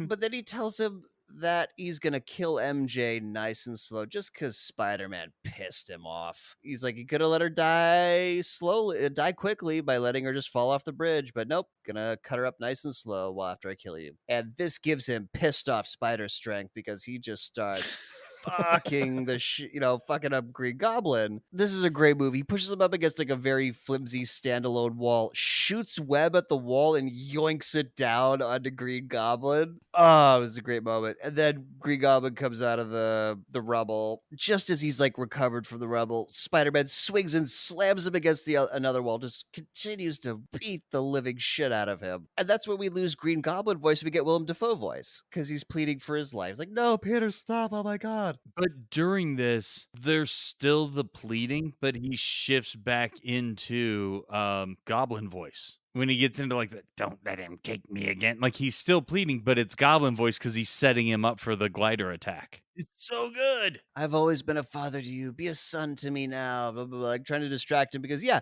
he pushes a remote thing on his arm to summon the now apparently silent glider to fly up behind them. The glider starts flying towards them because he's standing in front of Spider-Man with the blades sticking out the front. Spidey senses tingle, backflip, and the reaction is just amazing. Willem Dafoe's just like, "Oh," stabbed through the front. His final words are, "Peter, don't tell Harry." And he honors this because the next scene, it's him putting Willem Dafoe's body as Green Goblin armor gone, just his body back in the penthouse. And James Franco sees him and he's like, "What the fuck did you do?" Tries to pull out a pistol to shoot him, but obviously Spider-Man flees before he can do anything. Seems like he jumps to murder very quickly. I mean, he was stabbed, but Yes, the classic modus operandi of Spider-Man, stab wounds. why doesn't Peter take him to a hospital? Isn't this kind of like framing James Franco for murder? Kinda. If no one else is in the house and then they have to report the death and he's found laying in his bed with stab wounds? Exactly, yeah. I mean, honestly, given James Franco's character's behavior in this movie, I think he would deserve it. Yeah, I mean, there's definitely a hose before bros mentality between these two. Especially considering there's a gun right by the the table, like 20 feet away. Well, that's how he got off. That was his defense. Why would I stab him to death when there's a gun right there? Come on. So now we're at Willem Dafoe's funeral, and Peter tries to comfort James Franco by telling him that he knows what it's like to lose a father. And James Franco says, "I didn't lose him; he was stolen from me." And bro, Peter understands that too, because in the fight with Green Goblin, he accepts that Ben Parker was his real father. Event. Peter's lost 2 parents. Well, actually 3 parents, because mom, dad, and Ben. So Yeah. Peter knows what it's like to lose a dad, and he doesn't have money. You at least have money. You can get all the hookers and blow and just, numb this out. Jesus Christ. He has enough money for a funeral. An on-camera funeral, no less. They had Willem Dafoe funeral budget in this movie. But James Franco vows that Spider-Man will pay and that you're the only family I have left, Peter. Hug. Just in case you forgot, the Peter Parker VO from the beginning of the movie. It's back, and he's lamenting that no matter what he does, the ones he love will be the ones who pay. Like any teenager, he thinks it's all about him. But I mean, he's had everyone calling him amazing throughout the entire movie. At some point, that's got to go to your head. And then we go to Uncle Ben's grave, and MJ joins him there. And she's like, "Look, when I thought I was gonna die, I didn't think about my family or the life I could have lived. I thought about you, Peter. That's what I thought about." The man I really loved. Inappropriate love speech at an ex's dad's funeral. Yeah, she's kind of a piece of shit too now. Apparently, they're all just terrible people now. And then when he turns her down, we get more awkward crying. Such a beautiful note to end the movie on. But this is another highly memed moment from the movie. So, yeah, friend zones her, walks away, leaves her crying. But I think at that moment she realizes who he is. I always got that impression too. Somehow with him saying, "No, I can't be with you," clued her in that he's Spider-Man. Yeah, and not hearing his voice on multiple occasions through the mask and realizing that it must be Peter Parker under there. Delivering the same line that he was in the neighborhood moments after he just said it after she came out of her audition. Well, anyways, that's where we get as you're mentioning, John, "This is my gift, my curse. Who am I? I'm Iron Man. Sorry, Spider-Man. That's..." And the Danny Elfman hero music swells once again. As Spidey does some swinging through New York City, briefly perching on top of a flagpole that's on top of the Empire State Building. We swear that definitely exists. That's got the American flag waving, and end of movie. And that was Spider-Man. But before we go, as millennials, we know that every movie and TV show has a moral. So, Jules, what did you learn today? Oh, that I can break John. No, you merely devalue yourself in my eyes. And John, what did you learn? I learned that you can claim copyright over a simple phone call. Yeah, it's not like you have to fill out a form and pay a fee. You just phone up the patent office. Yeah, because they're the ones that handle copyrights. And I learned that the best way to get a woman to love you is to casually stalk her from the 4th grade onwards. Oh, you're starting way too late, man. 4th grade at the latest. Otherwise, you got to really put in the groundwork, And before we go, we of course need to tell you what we're doing next time. So, John, what do the folks at home have to look forward to? Well, we're hanging around the eastern seaboard still, but moving a bit south down to Salem for a little bit of spooky spookums with Hocus Pocus. I fell asleep the first time I watched this movie. So do you have anything to get the folks at home and maybe even me excited for that episode? Oh, yeah. If that's how you feel, you are absolutely going to love what Roger Ebert had to say about this movie. It's one of those projects where you imagine everyone laughing and applauding each other after every scene because they're so convinced they're wild and crazy guys. But watching the movie is like attending a party you weren't invited to, and where you don't know anybody, and they're all in on a joke, but won't explain it to you. Of the film's many problems, the greatest may be that all 3 witches are thoroughly unpleasant. They don't have personalities. They have behavior patterns and decibel levels. A good movie inspires the audience to subconsciously ask, "Give me more." The witches in this one inspired my silent cry, "Get me out of here." That could be a review for our show.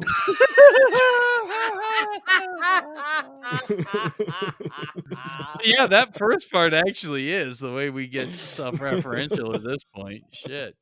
Really? And that's our show. If you liked it, please subscribe. If you loved it, please share with all your friends. And whether you liked it or loved it, we'd appreciate if you gave us a 5-star rating on Apple Podcasts or wherever you can to help others find us. Also, be sure to like our Facebook page and follow us on Twitter and Instagram. Links to all of that are in the show notes. Thanks for listening, and we'll see you next time for another episode of Millennial Rewind.